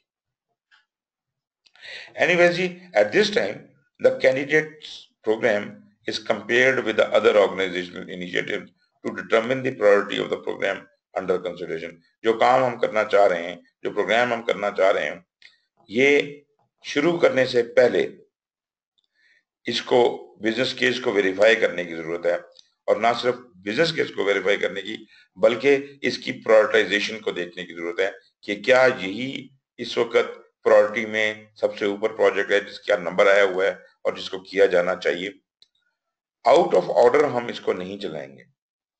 जो उसका सीक्वेंस है प्रोग्राम का प्रायोरिटी के हिसाब से, अगर इसका नंबर वहां होगा तो इसे चलाया जाएगा, नहीं तो कोई रीजन होगी कि why this is being given more priority. Basically तो ये पोर्टफोलियो का काम है, लेकिन यहाँ पर भी हम इनिशिएशन के वक्त इस चीज को रीअफर्म करेंगे। प्रोग्राम में be assessed later. Our component initiatives may be used for the other program initiatives. For more information, ये आगे आपके प्रोग्राम फाइनेंशियल मैनेजमेंट आप पढ़ चुके हैं, रिसोर्स मैनेजमेंट को और स्कोप मैनेजमेंट को आगे हम कंसल्ट करेंगे। लाजमी बात है कि इनिशिएशन की बात हो रही है तो वो सब कुछ इसके मातहत है और वो सब चीजें मिलके ही इंटीग्रेशन का ओवरऑल प्लान बनना है, इसलिए बार बार हमें उन चीजों को रेफर करने की जरूरत पड़ती है। इनिशियल रिस्क असेसमेंट में हमें risk management, program risk management को रेफर करने की जरूरत पड़ेगी, मगर ये इस वक्त डिटेल रिस्क नहीं है बल्कि इनिशियल रिस्क असेसमेंट है, is conducted during the program initiation. जैसे जब हम चार्टर भी बनाते हैं, जब हम बिजनेस केस भी बनाते हैं, तो उस वक्त हम उसमें भी तो कुछ रिस्क बताते हैं हायर लेवल के। तो इस वक्त जब हम प्रोग्राम को इनिशिएट कर रहे हैं तो इसका मतलब है यहाँ पे प्रोग्राम इनिशिएशन के वक्त भी कुछ हायर लेवल रिस्क जो है आइडेंटिफाई होंगे, थ्रेट्स और अपॉर्चुनिटीज होंगी जिनको हम एनालाइज करेंगे, डिटरमिन करेंगे इनकी प्रोबेबिलिटी को और प्रोग्राम के ऊपर उनका क्या इम्पैक्ट है और वो हमारे बेनिफिट्स को कैसे, उसकी डिलीवरी को कैसे इफेक्ट करते हैं। रिस्क रिस्पॉन्स की स्ट्रेटजीज हम बनाएंगे और प्लान करेंगे, plans are considered at this time. तो ये लेकिन याद रहे कि ये इनिशियल रिस्क असेसमेंट है और ये हम प्रोग्राम की बात करें, लाजमी बात है कि रिस्क के बारे में एक पूरा चैप्टर मौजूद है या एक पूरा सपोर्टिंग एरिया मौजूद है, उसके अंदर रिस्क डिटेल में डिस्कस होगा, लेकिन जो इनिशियल रिस्क असेसमेंट है वो हमने यहाँ पे की है। बिजनेस केस अपडेट होगा जी इसकी रोशनी में। Activity of assessing the feasibility of forming a program to achieve intended benefits and objectives में result in creation if it was not developed by the portfolio management function. ये जो prioritisation की बात थी वो बुनियादी तौर पे तो पोर्टफोलियो मैनेजमेंट का काम था, लेकिन अगर उसने नहीं किया तो वो हम यहाँ पे करेंगे। तो अपडेट करेंगे हम बिजनेस केस को इसकी रोशनी में। बिजनेस केस अगर अवेलेबल है तो उसे रिवाइज किया जा सकता है, अपडेट किया जा सकता है, regardless of whether the program charter is approved और रिजेक्टेड। बिजनेस केस अगर फीजिबल नहीं भी रहता और हम ये फैसला कर लेते हैं ये प्रोग्राम आगे नहीं चलाना, प्रोग्राम का चार्टर नहीं बनाना, even then business case will be updated, क्योंकि आप बिजनेस केस नॉन फिजिबिलिटी की तरफ चला जाएगा, लेकिन अपडेट तो करना पड़ेगा। तो भले चार्टर बने या ना बने, जो भी चीज जहां हम लर्न करेंगे इस प्रोसेस के दौरान, प्रोग्राम को इनिशिएट करने के दौरान, उसकी रोशनी में बिजनेस केस को अपडेट किया जा सकता है। If the organization cannot successfully perform the program or it is a lower priority, the program is generally ended. अगर आप समझते हैं बिजनेस केस वैलिड नहीं बनता या प्रायोरिटी में ये प्रोग्राम जो है ये ऊपर नहीं आता, तो इसका मतलब है कि this is enough ground to cancel this program. अगला स्टेप है जी प्रोग्राम के रोड मैप और चार्टर के डेवलपमेंट का। ये आपने देखा कि जब ये सारे काम पीछे वाले हमने बिजनेस केस को भी एडजस्ट कर दिया, प्रोग्राम मैनेजर भी ऑन बोर्ड है, प्रोग्राम स्पॉन्सर भी ऑन बोर्ड है, प्रोग्राम मैनेजर भी है, हमने वो रिस्क वगैरह इनिशियल वो भी देख लिए। अब हम रोड मैप बनाना चाह रहे हैं और फिर हम चार्टर डेवलप करना चाह रहे हैं। ये दो काम हम यहाँ करेंगे इनिशिएशन के अंदर। तो initiation, program initiation is the big thing जिसमें 5-6 चीजें हो रही। During the program initiation phase, key documents are developed to communicate the overall program direction. These include the program roadmap और charter, दो बड़ी डॉक्यूमेंट्स हैं जो यहाँ से बननी है। रोड मैप ये एक क्रोनोलॉजिकल रिप्रेजेंटेशन है कि कब कब क्या होना, जैसे टाइमलाइन होती है, पहले भी हमने जिक्र किया था। It depicts key dependencies between major milestone, communicates linkages between business strategy and the planned and prioritized work, reveals and explains gaps, provides high level view of key milestones and decision point. मतलब in easy words मैं यही कहूंगा कि this is a pampered timeline. Value added timeline है, उसमें कुछ ज्यादा चीजें हैं उससे, लेकिन ये गैन चार्ट की तरह का नहीं होता। This is just the timeline कि कब क्या होना है। चार्टर जो है प्रोग्राम का is the primary document reviewed by the governance board to decide the program will be authority. जो फाइनल इजाजतनामा है प्रोग्राम का वो चार्टर है। और चार्टर मिलने का मतलब है कि प्रोग्राम मैनेजर को भले आपने पहले मोबिलाइज किया हुआ था, लेकिन प्रोग्राम का चार्टर मिलने के बाद अब उसे इजाजत मिल गई है प्रोग्राम को आगे बढ़ाने की, प्रोग्राम को मजीद प्लान करने की और एग्जीक्यूट करने की। वही जैसे हम कहते हैं कि जी is being allowed to mobilize the resources now. Road map और इसके अंदर कंटेंट जो है चार्टर का, उसमें क्या कुछ हो सकता है, जैसे कि हम पहले समझते हैं चार्टर क्या चीज है। Charter will always start with a justification. Why are we doing this? इस बात को जस्टिफाई करना बहुत जरूरी है। ये हम कई बार बात करते हैं कि ये प्रोग्राम मैनेजमेंट, प्रोजेक्ट मैनेजमेंट, ये कोई थानेदारी नहीं है, ये कोई मतलब ऑटोक्रेसी नहीं है कि जी जो मैंने कह दिया बस करो, रीजन पूछने की जरूरत नहीं है, ऐसा कुछ भी नहीं है। यहाँ पर जो प्रोजेक्ट मैनेजर होता है या जो प्रोग्राम मैनेजर होता है उसको बाकायदा जस्टिफिकेशन प्रोवाइड की जाती है, जो बाकायदा इस बात को साबित करती है कि ये जो काम हमें करने को दिया जा रहा है ये ऑर्गेनाइजेशन की कौन सी स्ट्रेटजी के मुताबिक है और इससे क्या फायदा होने का इम्कान है। सारी चीज जस्टिफाई की जाती है, तब प्रोग्राम मैनेजर कॉन्फिडेंटली उस चीज को उठा सकता है। Vision, what will be the end state look like and how will it benefit the organization. उस जस्टिफिकेशन के मुताबिक, एक तो हमने जस्टिफिकेशन दी कि हम ये क्यों कर रहे हैं, why is it important for us to achieve this, और विजन में हम बता रहे हैं कि ये जब प्रोग्राम हो जाएगा तो क्या उस बेनिफिट डिलीवर होने के बाद ऑर्गेनाइजेशन की क्या शक्ल बन जाएगी या फ्यूचर स्टेट कैसा लुक लाइक करेगा। स्ट्रेटेजिक फिट, ये बात भी बताई जाती है कि ये हमारे स्ट्रेटजीज के साथ कैसे फिट करता है, अलाइनमेंट कैसे है इसकी। What are the key strategic drivers and program relationship with the organizational strategic objectives and other ongoing strategic initiative. रिश्ता इसका क्या है, किधर फिट होता है ये प्रोग्राम हमारे ऑर्गेनाइजेशन के स्ट्रक्चर के अंदर। आउटकम्स क्या है, what are the key benefits required to achieve the vision. Scope क्या है, what is included within the program and what is considered to be outside of the scope of the program. Benefit strategy क्या है, what key benefit are sought and how are they realizations in vision. Although हम benefit realization का plan बनाते हैं, लेकिन अभी हम programme initiation में उसको इंडिकेट जरूर करेंगे कि हम किस चीज की तरफ जा रहे हैं, क्या बेनिफिट रियलाइजेशन को हम कैसे इन्विजन करते हैं। और इसके अलावा जो कोई अजम्पशंस एंड कंस्ट्रेंट्स हैं वो भी यहाँ लिखे जाएंगे, डिपेंडेंसीज हैं, एक्सटर्नल फैक्टर्स हैं, ये तमाम चीजें भी यहाँ। तो प्रोग्राम इनिशिएशन या प्रोग्राम चार्टर जो है वो बाकायदा एक बड़ा मुफस्सिल डॉक्यूमेंट है और उसके अंदर जस्टिफिकेशन भी है, विजन भी है, स्ट्रेटेजिक फिट, ये सब चीजें आप ये देखें। अगर ये सब कुछ प्रोवाइड किया जा रहा है प्रोग्राम मैनेजर को तो फिर इसमें अब कोई इबाम या शक तो नहीं रह जाता। It is very clear why are we doing it and naturally आपको बता दिया गया कि ये बेनिफिट होनी चाहिए।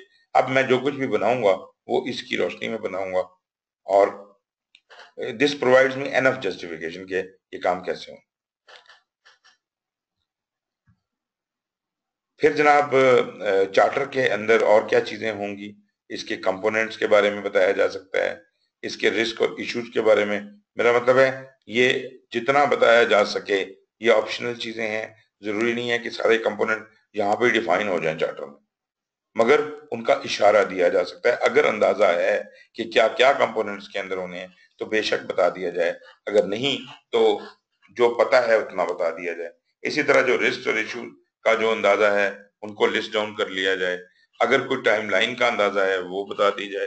अगर रिसोर्सेज नीडेड जो हैं उनके बारे में कुछ गाइडलाइन है तो वो बता दी जाए।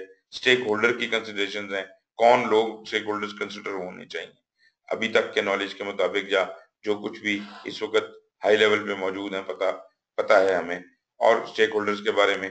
फिर वो स्टेक होल्डर्स का क्या एटीट्यूड होगा, उनकी पावर क्या होगी, उनकी एंगेजमेंट क्या होगी, इसका कोई अंदाजा। फिर प्रोग्राम गवर्नेंस कैसे होनी है, गवर्नेंस बोर्ड में क्या स्ट्रक्चर होगा, कौन लोग कब कब इंटरफियर करेंगे, उनकी क्या अथॉरिटी होगी, प्रोजेक्ट मैनेजर के पास क्या अथॉरिटी होगी, ये सारी बातें। तो ये सब कुछ हम चार्टर के अंदर डिस्कस करते हैं। Approval of the program charter formally authorizes the commencement of the program, provides the program manager with the authority to apply organizational resources to program activities, and links the program to the organization's ongoing work and strategic priorities.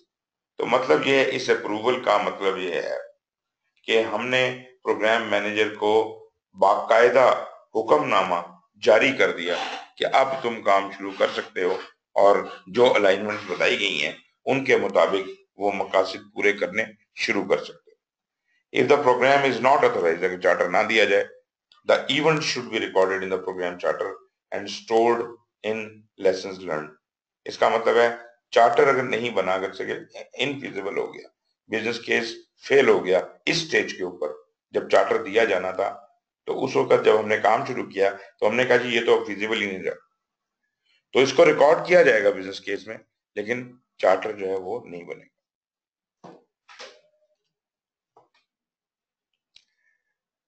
इसके बाद जनाब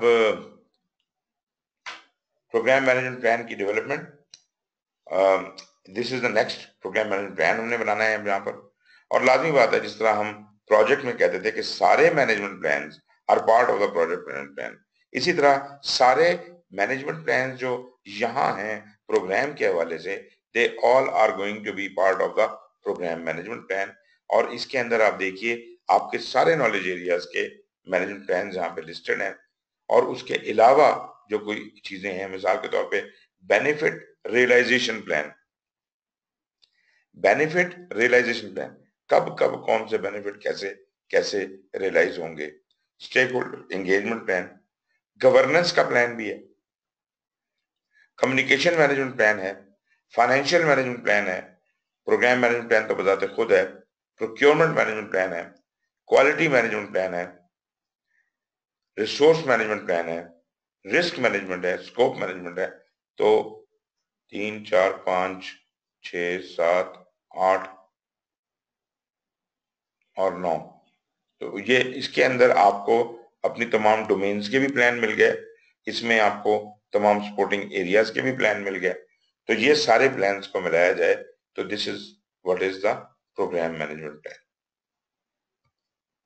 program management plan development is a iterative activity. ये भी बात हम बहुत अच्छी तरह समझते हैं कि इसके अंदर चीजें हम जो बनाना शुरू करेंगे, इसमें ये सारे प्लान बनते जाएंगे और इसमें ऐड होते जाएंगे, और हर प्लान को बनाने के लिए भी प्रोग्राम मैनेजमेंट प्लान इनपुट का काम करेगा, क्योंकि whatever so far has been included in the program management plan is always helpful in developing other plans, and moreover every plan once developed is ultimately forming part of the program management plan.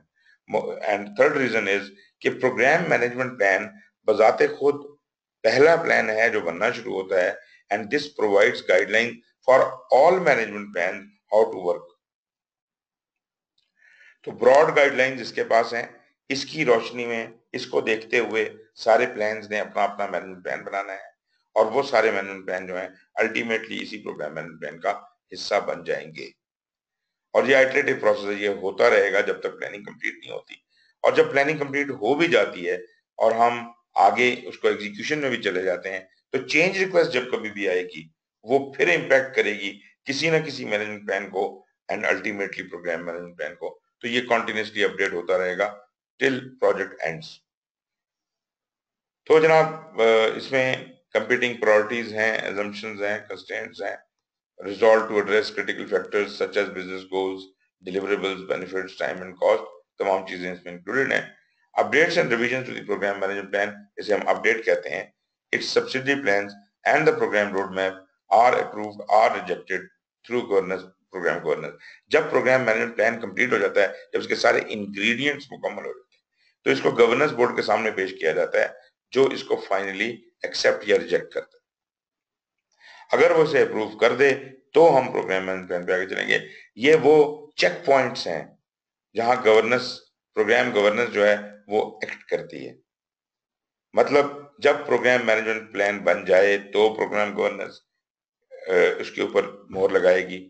इसी तरह जैसे हमने कहा था, जब charter बन जाए तो उसके ऊपर भी प्रोग्राम गवर्नेंस मोहर लगाएगी। तो चार्टर के वक्त प्रोग्राम गवर्नेंस की जरूरत है, प्रोग्राम मैनेजमेंट प्लान बनने की वक्त इसकी जरूरत है। अगला प्रोसेस है जी प्रोग्राम इंफ्रास्ट्रक्चर का डेवलप होना।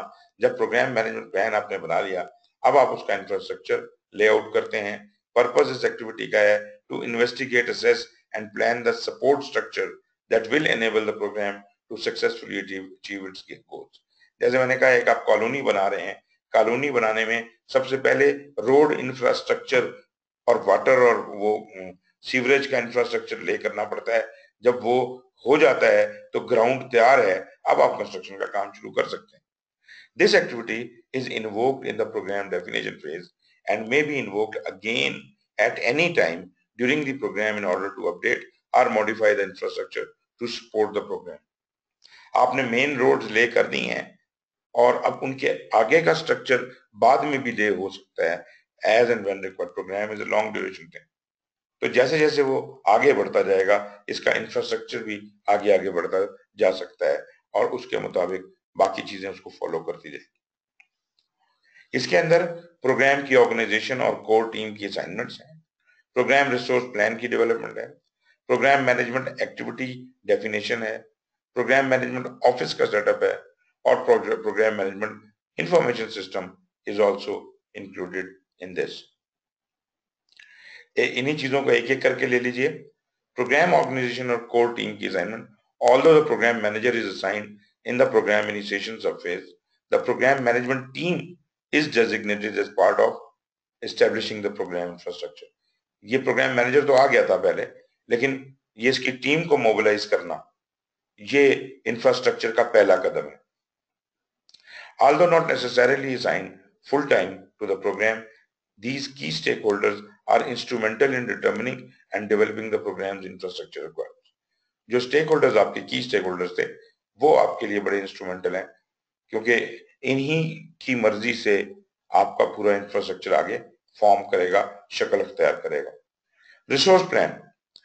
Programme requires resources such as personal, tools, facilities and finances that will be used to manage the program. These are separate and distinct from the resources required to manage the individual component within the program. ये बड़ा important है कि programme के resources और बात है और component के रिसोर्सेज और बात है। हर कंपोनेंट अपने अपने रिसोर्सेज का खुद जिम्मेदार है, लेकिन प्रोग्राम को भी कुछ लोग तो चाहिए, कुछ चीजें तो चाहिए, कुछ फैसिलिटीज, कुछ ऑफिस चाहिए, टूल्स चाहिए, बंदे चाहिए, पैसे चाहिए, सिर्फ प्रोग्राम वर्क को संभालने के लिए, जिसको हम अदर वर्क कहते हैं। तो उसके अलावा कंपोनेंट्स का खर्चा अलग है। Majority of the resources and cost of the program are managed at the component level. जो बाकी सब जो है वो तो कंपोनेंट लेवल पे मैनेज होगा, लेकिन ये जो हम इंफ्रास्ट्रक्चर सेटअप की बात कर रहे हैं, तो मतलब प्रोग्राम मैनेजर ने अपना ऑफिस, अपने इर्द गिर्द की चीजें, अपने स्टाफ के लिए कोई इंतजाम और सिलसिला जो बनाना है, ये सब इंफ्रास्ट्रक्चर डेवलपमेंट का काम है।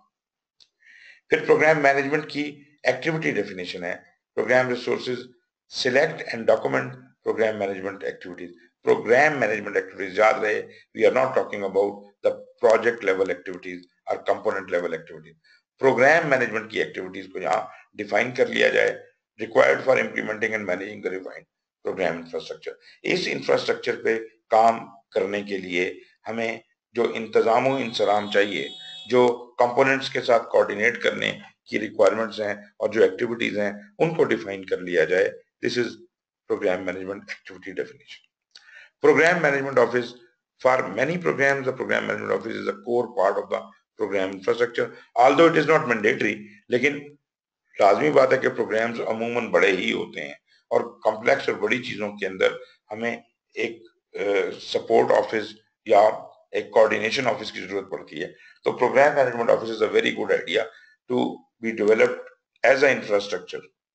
तो प्रोग्राम मैनेजमेंट ऑफिस अगर हो तो वो सपोर्ट करता है management and coordination of the program and component work. तो वो एक बीच में इंटरम का काम करता है, एक डाखाने का काम करता है प्रोग्राम मैनेजर के उसके कंपोनेंट्स के दरमियान, और ये बुनियादी तौर पे प्रोग्राम के स्ट्रक्चर में। इसके बारे में जो मजीद डिटेल्स हैं वो हम पहले पढ़ भी चुके हैं, कुछ 1.6 सेक्शन में और कुछ आगे भी 6 में आएंगी। आगे नहीं बल्कि ये भी हम पढ़ चुके हैं 6.6.1 में। फिर है जी प्रोग्राम मैनेजमेंट इंफॉर्मेशन सिस्टम।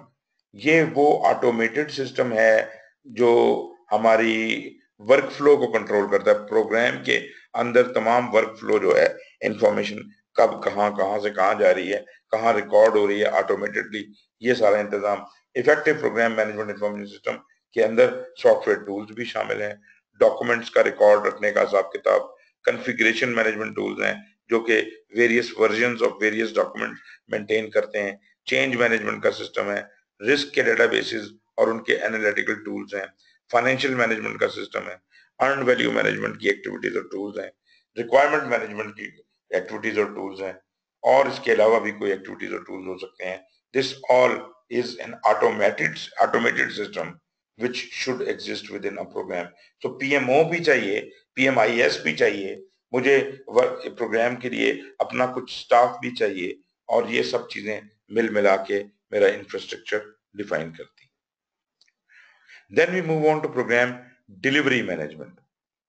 और ये प्रोग्राम डिलीवरी मैनेजमेंट जब बात हुई तो हम कहाँ आ गए? अब हम आ गए हैं अगली फेज में। अब हम किस फेज में हैं? बेनिफिट डिलीवरी में। तो प्रोग्राम डिलीवरी मैनेजमेंट जो है, this activity includes the management and integration of program components throughout the program benefit delivery phase. Benefit delivery phase में जो कुछ भी होना है, उसकी मैनेजमेंट जो है वो प्रोग्राम डिलीवरी कहलाएगी। Following activities initiate, change, transition and close program components. और उनको क्या है जी, हर कंपोनेंट की इनिशिएशन है, उसकी चेंज रिक्वेस्टें हैं, कंपोनेंट्स की ट्रांजिशन है, these are part of the program delivery. ये कंपोनेंट लेवल के ऊपर हर कंपोनेंट को शुरू करना, हर कंपोनेंट के अंदर तब्दीली लाना और हर कंपोनेंट को अल्टीमेटली ट्रांजिट करना, ये सब का सब जो है ये हम मैनेज करेंगे अंडर प्रोग्राम डिलीवरी।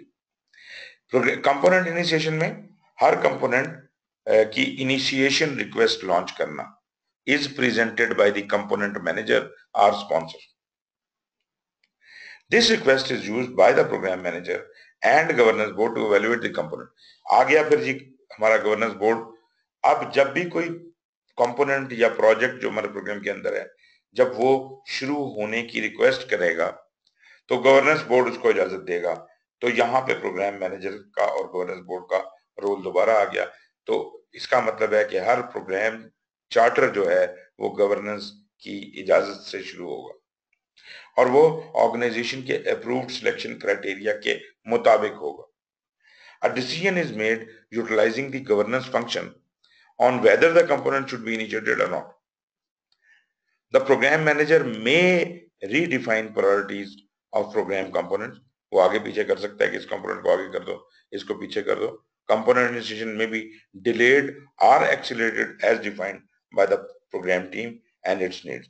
तो प्रोग्राम मैनेजर इस चीज को मैनेज कर रहा है कि कौन से कंपोनेंट्स को कब शुरू किया जाए, किसको जल्दी कर दें, किसको बाद में कर दें, किसको आगे कर दें, किसको पीछे कर दें, मगर ये इसकी इजाजत बुनियादी तौर पे गवर्नेंस बोर्ड ही दे। इसका केस पुटअप ये करेगा प्रोग्राम मैनेजर और गवर्नेंस बोर्ड इसका फैसला करेगा। फिर चेंज रिक्वेस्ट हैं। Change request that fall within the program manager scope of authority are approved और rejected as part of this activity. जो प्रोग्राम की चेंजेस हैं, सॉरी प्रोजेक्ट कंपोनेंट्स की चेंजेस हैं, वो प्रोग्राम मैनेजर के पास आएंगी और प्रोग्राम मैनेजर के पास अथॉरिटी होगी कि वो उनको अप्रूव या रिजेक्ट कर सके।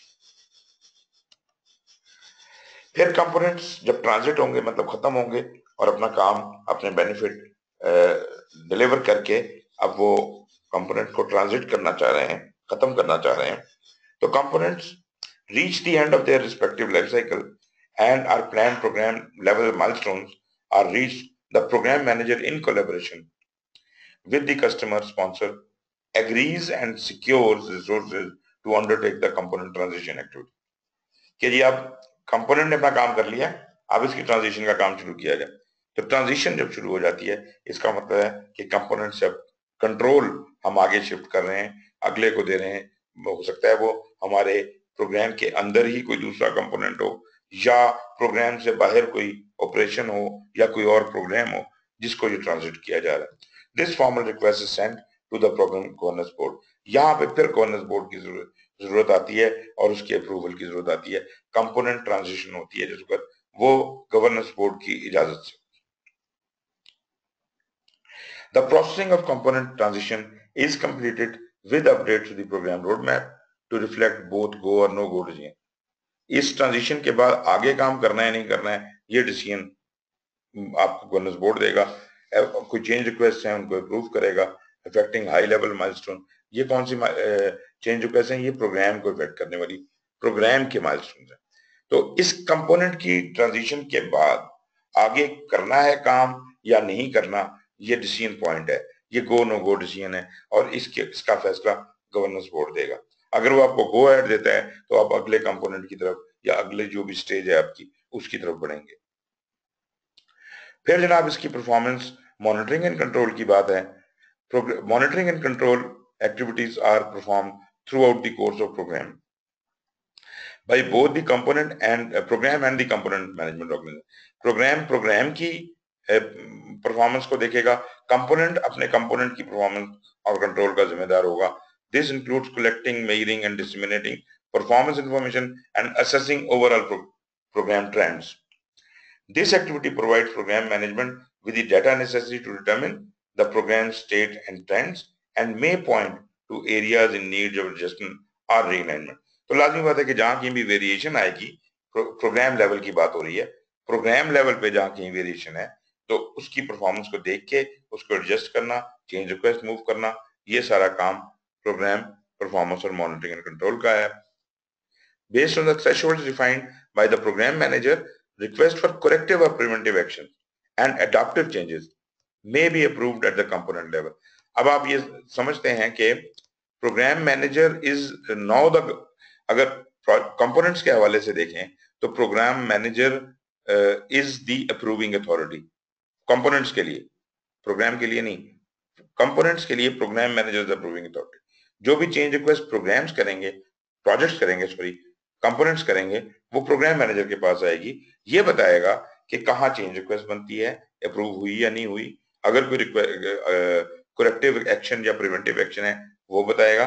और आपको इस बात का पता ही होगा कि करेक्टिव और प्रिवेंटिव एक्शन में क्या फर्क है। करेक्टिव एक्शन है कि जिसके अंदर आप ऐसी हिदायत देते हैं, जो गलती हो रही है उसको दुरुस्त करने के लिए हम क्या स्टेप्स लें। प्रिवेंटिव एक्शन है ऐसी चीज जिसके होने का इम्कान है और उसके लिए आप कोई हिदायत दे रहे हैं, तो दिस इज प्रिवेंटिव एक्शन। और चेंज रिक्वेस्ट तो आपको पता ही है कि वो नेचुरली वो चेंज कर देती है पूरा पाथ और आपका प्लान उससे अमेंड हो सकता है।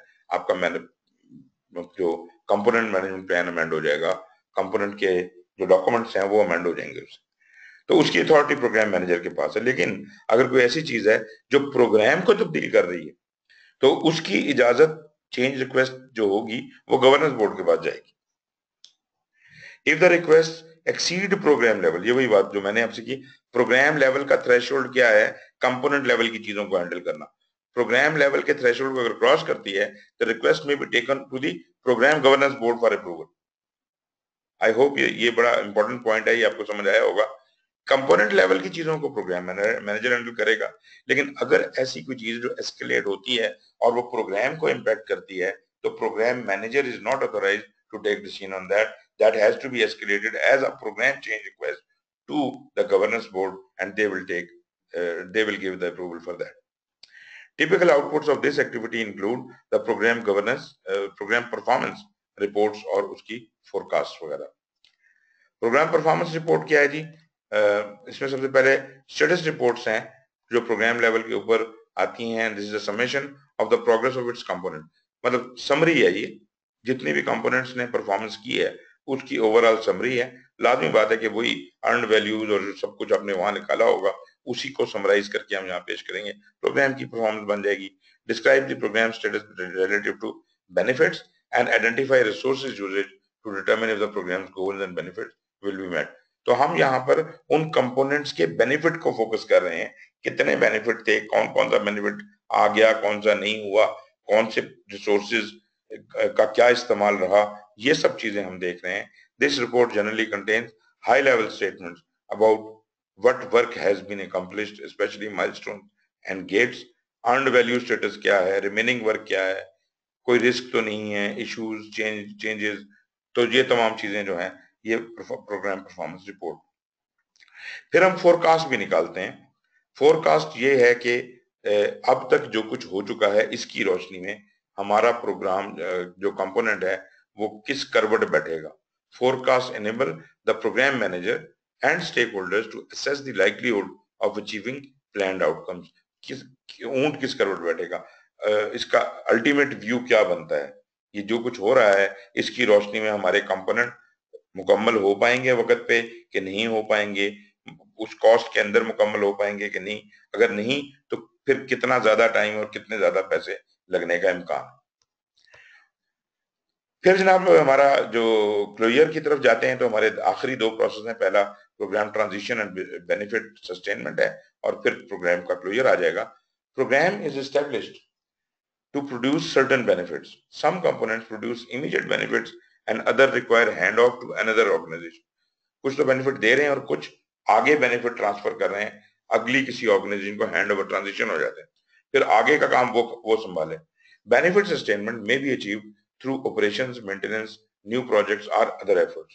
As the program is closed, the stewardship of sustaining the benefit may need to transition to another organization. तो वो जहां तक हमने काम को संभालना था हमने उसको साथ लेके चले और जब हमने उसको हैंडओवर कर दिया इसके बाद की जिम्मेदारी अगली ऑर्गेनाइजेशन की है या अगला जो भी कोई प्रोग्राम है या ऑपरेशन है जो भी कोई है. Program ends either because its charter is fulfilled or conditions arise that bring the program to an early close. या तो वो अपने मकासद पूरे कर ले और या फिर वो उसका बिजनेस केस फेल हो जाए और आप कहेंगे बंद करो. When a program has fulfilled its charter, its benefits may have been fully realized. Charter मुकम्मल होने का मतलब है कि जिन मकासद के लिए ये प्रोग्राम किया गया था, जो बेनिफिट डिलीवर करने वो उसने कर दी. So the benefits may continue to be realized and managed as part of the organizational operation. तो वो जब ट्रांजिट हो जाएगा तो वो फिर बेनिफिट कंटिन्यू करेंगे. Program may close following the transition of any remaining sustainment effort and the approval of the sponsoring organization. Closure में जनाब हमारी फाइनल रिपोर्ट्स हैं. नॉलेज ट्रांजिशन है. नॉलेज ट्रांजिशन को आप वही समझिए लेसन लर्नड में जो हम ऑर्गेनाइजेशन प्रोसेस एसेट में लेसन लर्न डालते हैं, यहाँ जरा उसकी बड़ी टर्म इस्तेमाल की हुई है प्रोग्राम लेवल पे, कहते हैं नॉलेज ट्रांजिट कर जाता है, knowledge transition. Resource disposition, resource जो हैं वो जिसे कहते हैं फारिग कर दिए जाते हैं, प्रोग्राम क्लोज आउट हो जाता है. फाइनल रिपोर्ट्स में हमारे पास फाइनेंशियल और परफॉर्मेंस के असेसमेंट्स हैं, सक्सेसेस और फेलियर्स नोट होते हैं, एरियाज ऑफ इंप्रूवमेंट, ये सब लेसन लर्न में जा रही हैं चीजें. रिस्क मैनेजमेंट आउटकम्स हैं, अनफोर्सीन्स हैं, कस्टमर साइन ऑफ हैं, ये सब चीजें हम देख रहे हैं आखिरी प्रोसेस में प्रोग्राम क्लोजर के अंदर. क्लोजर क्यों किया जा रहा है, ये प्रॉपर क्लोजर है या जल्दी क्लोजर कर दिया गया है किसी वजह से, टेक्निकल और प्रोग्रामेटिक बेसलाइन हिस्ट्री क्या है, प्रोग्राम डॉक्यूमेंटेशन का आर्काइव प्लान कहाँ रखा जाएगा, कैसे रखा जाएगा और कब तक रखा जाएगा, ये सारी आपकी फाइनल रिपोर्ट्स में आ जाती है.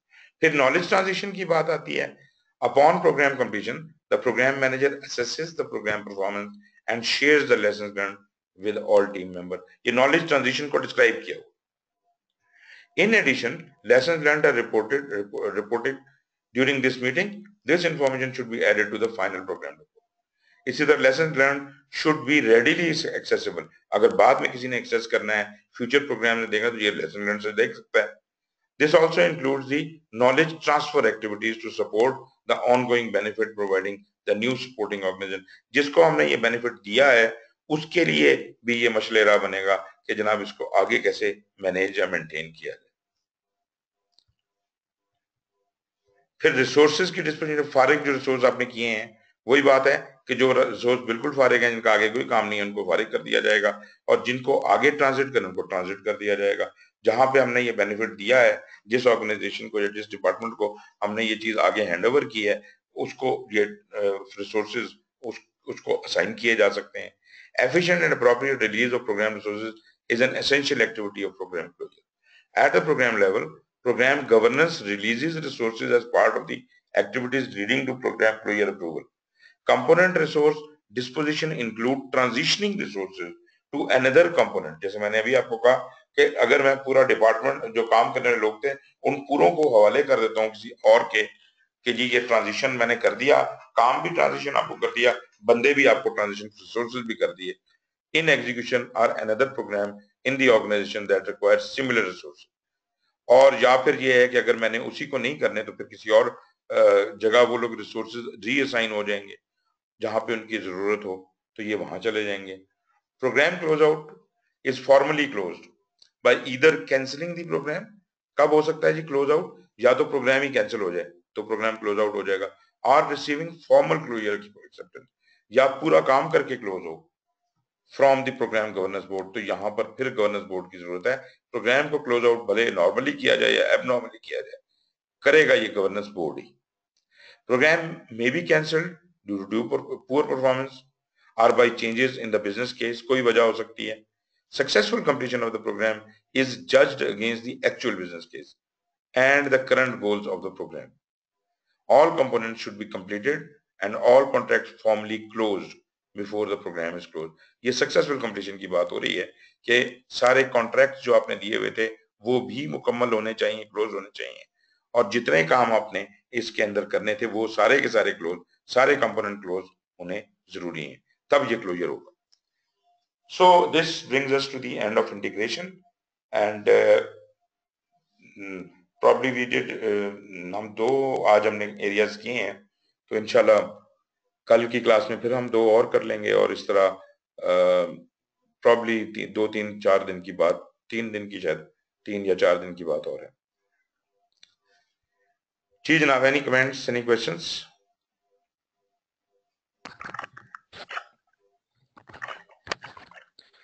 जी सर, बस वो नेक्स्ट वीक का है मेरा, वो नोकिया में मेरी ट्रेनिंग है नेक्स्ट वीक में, उसका बस डिस्कस करना है।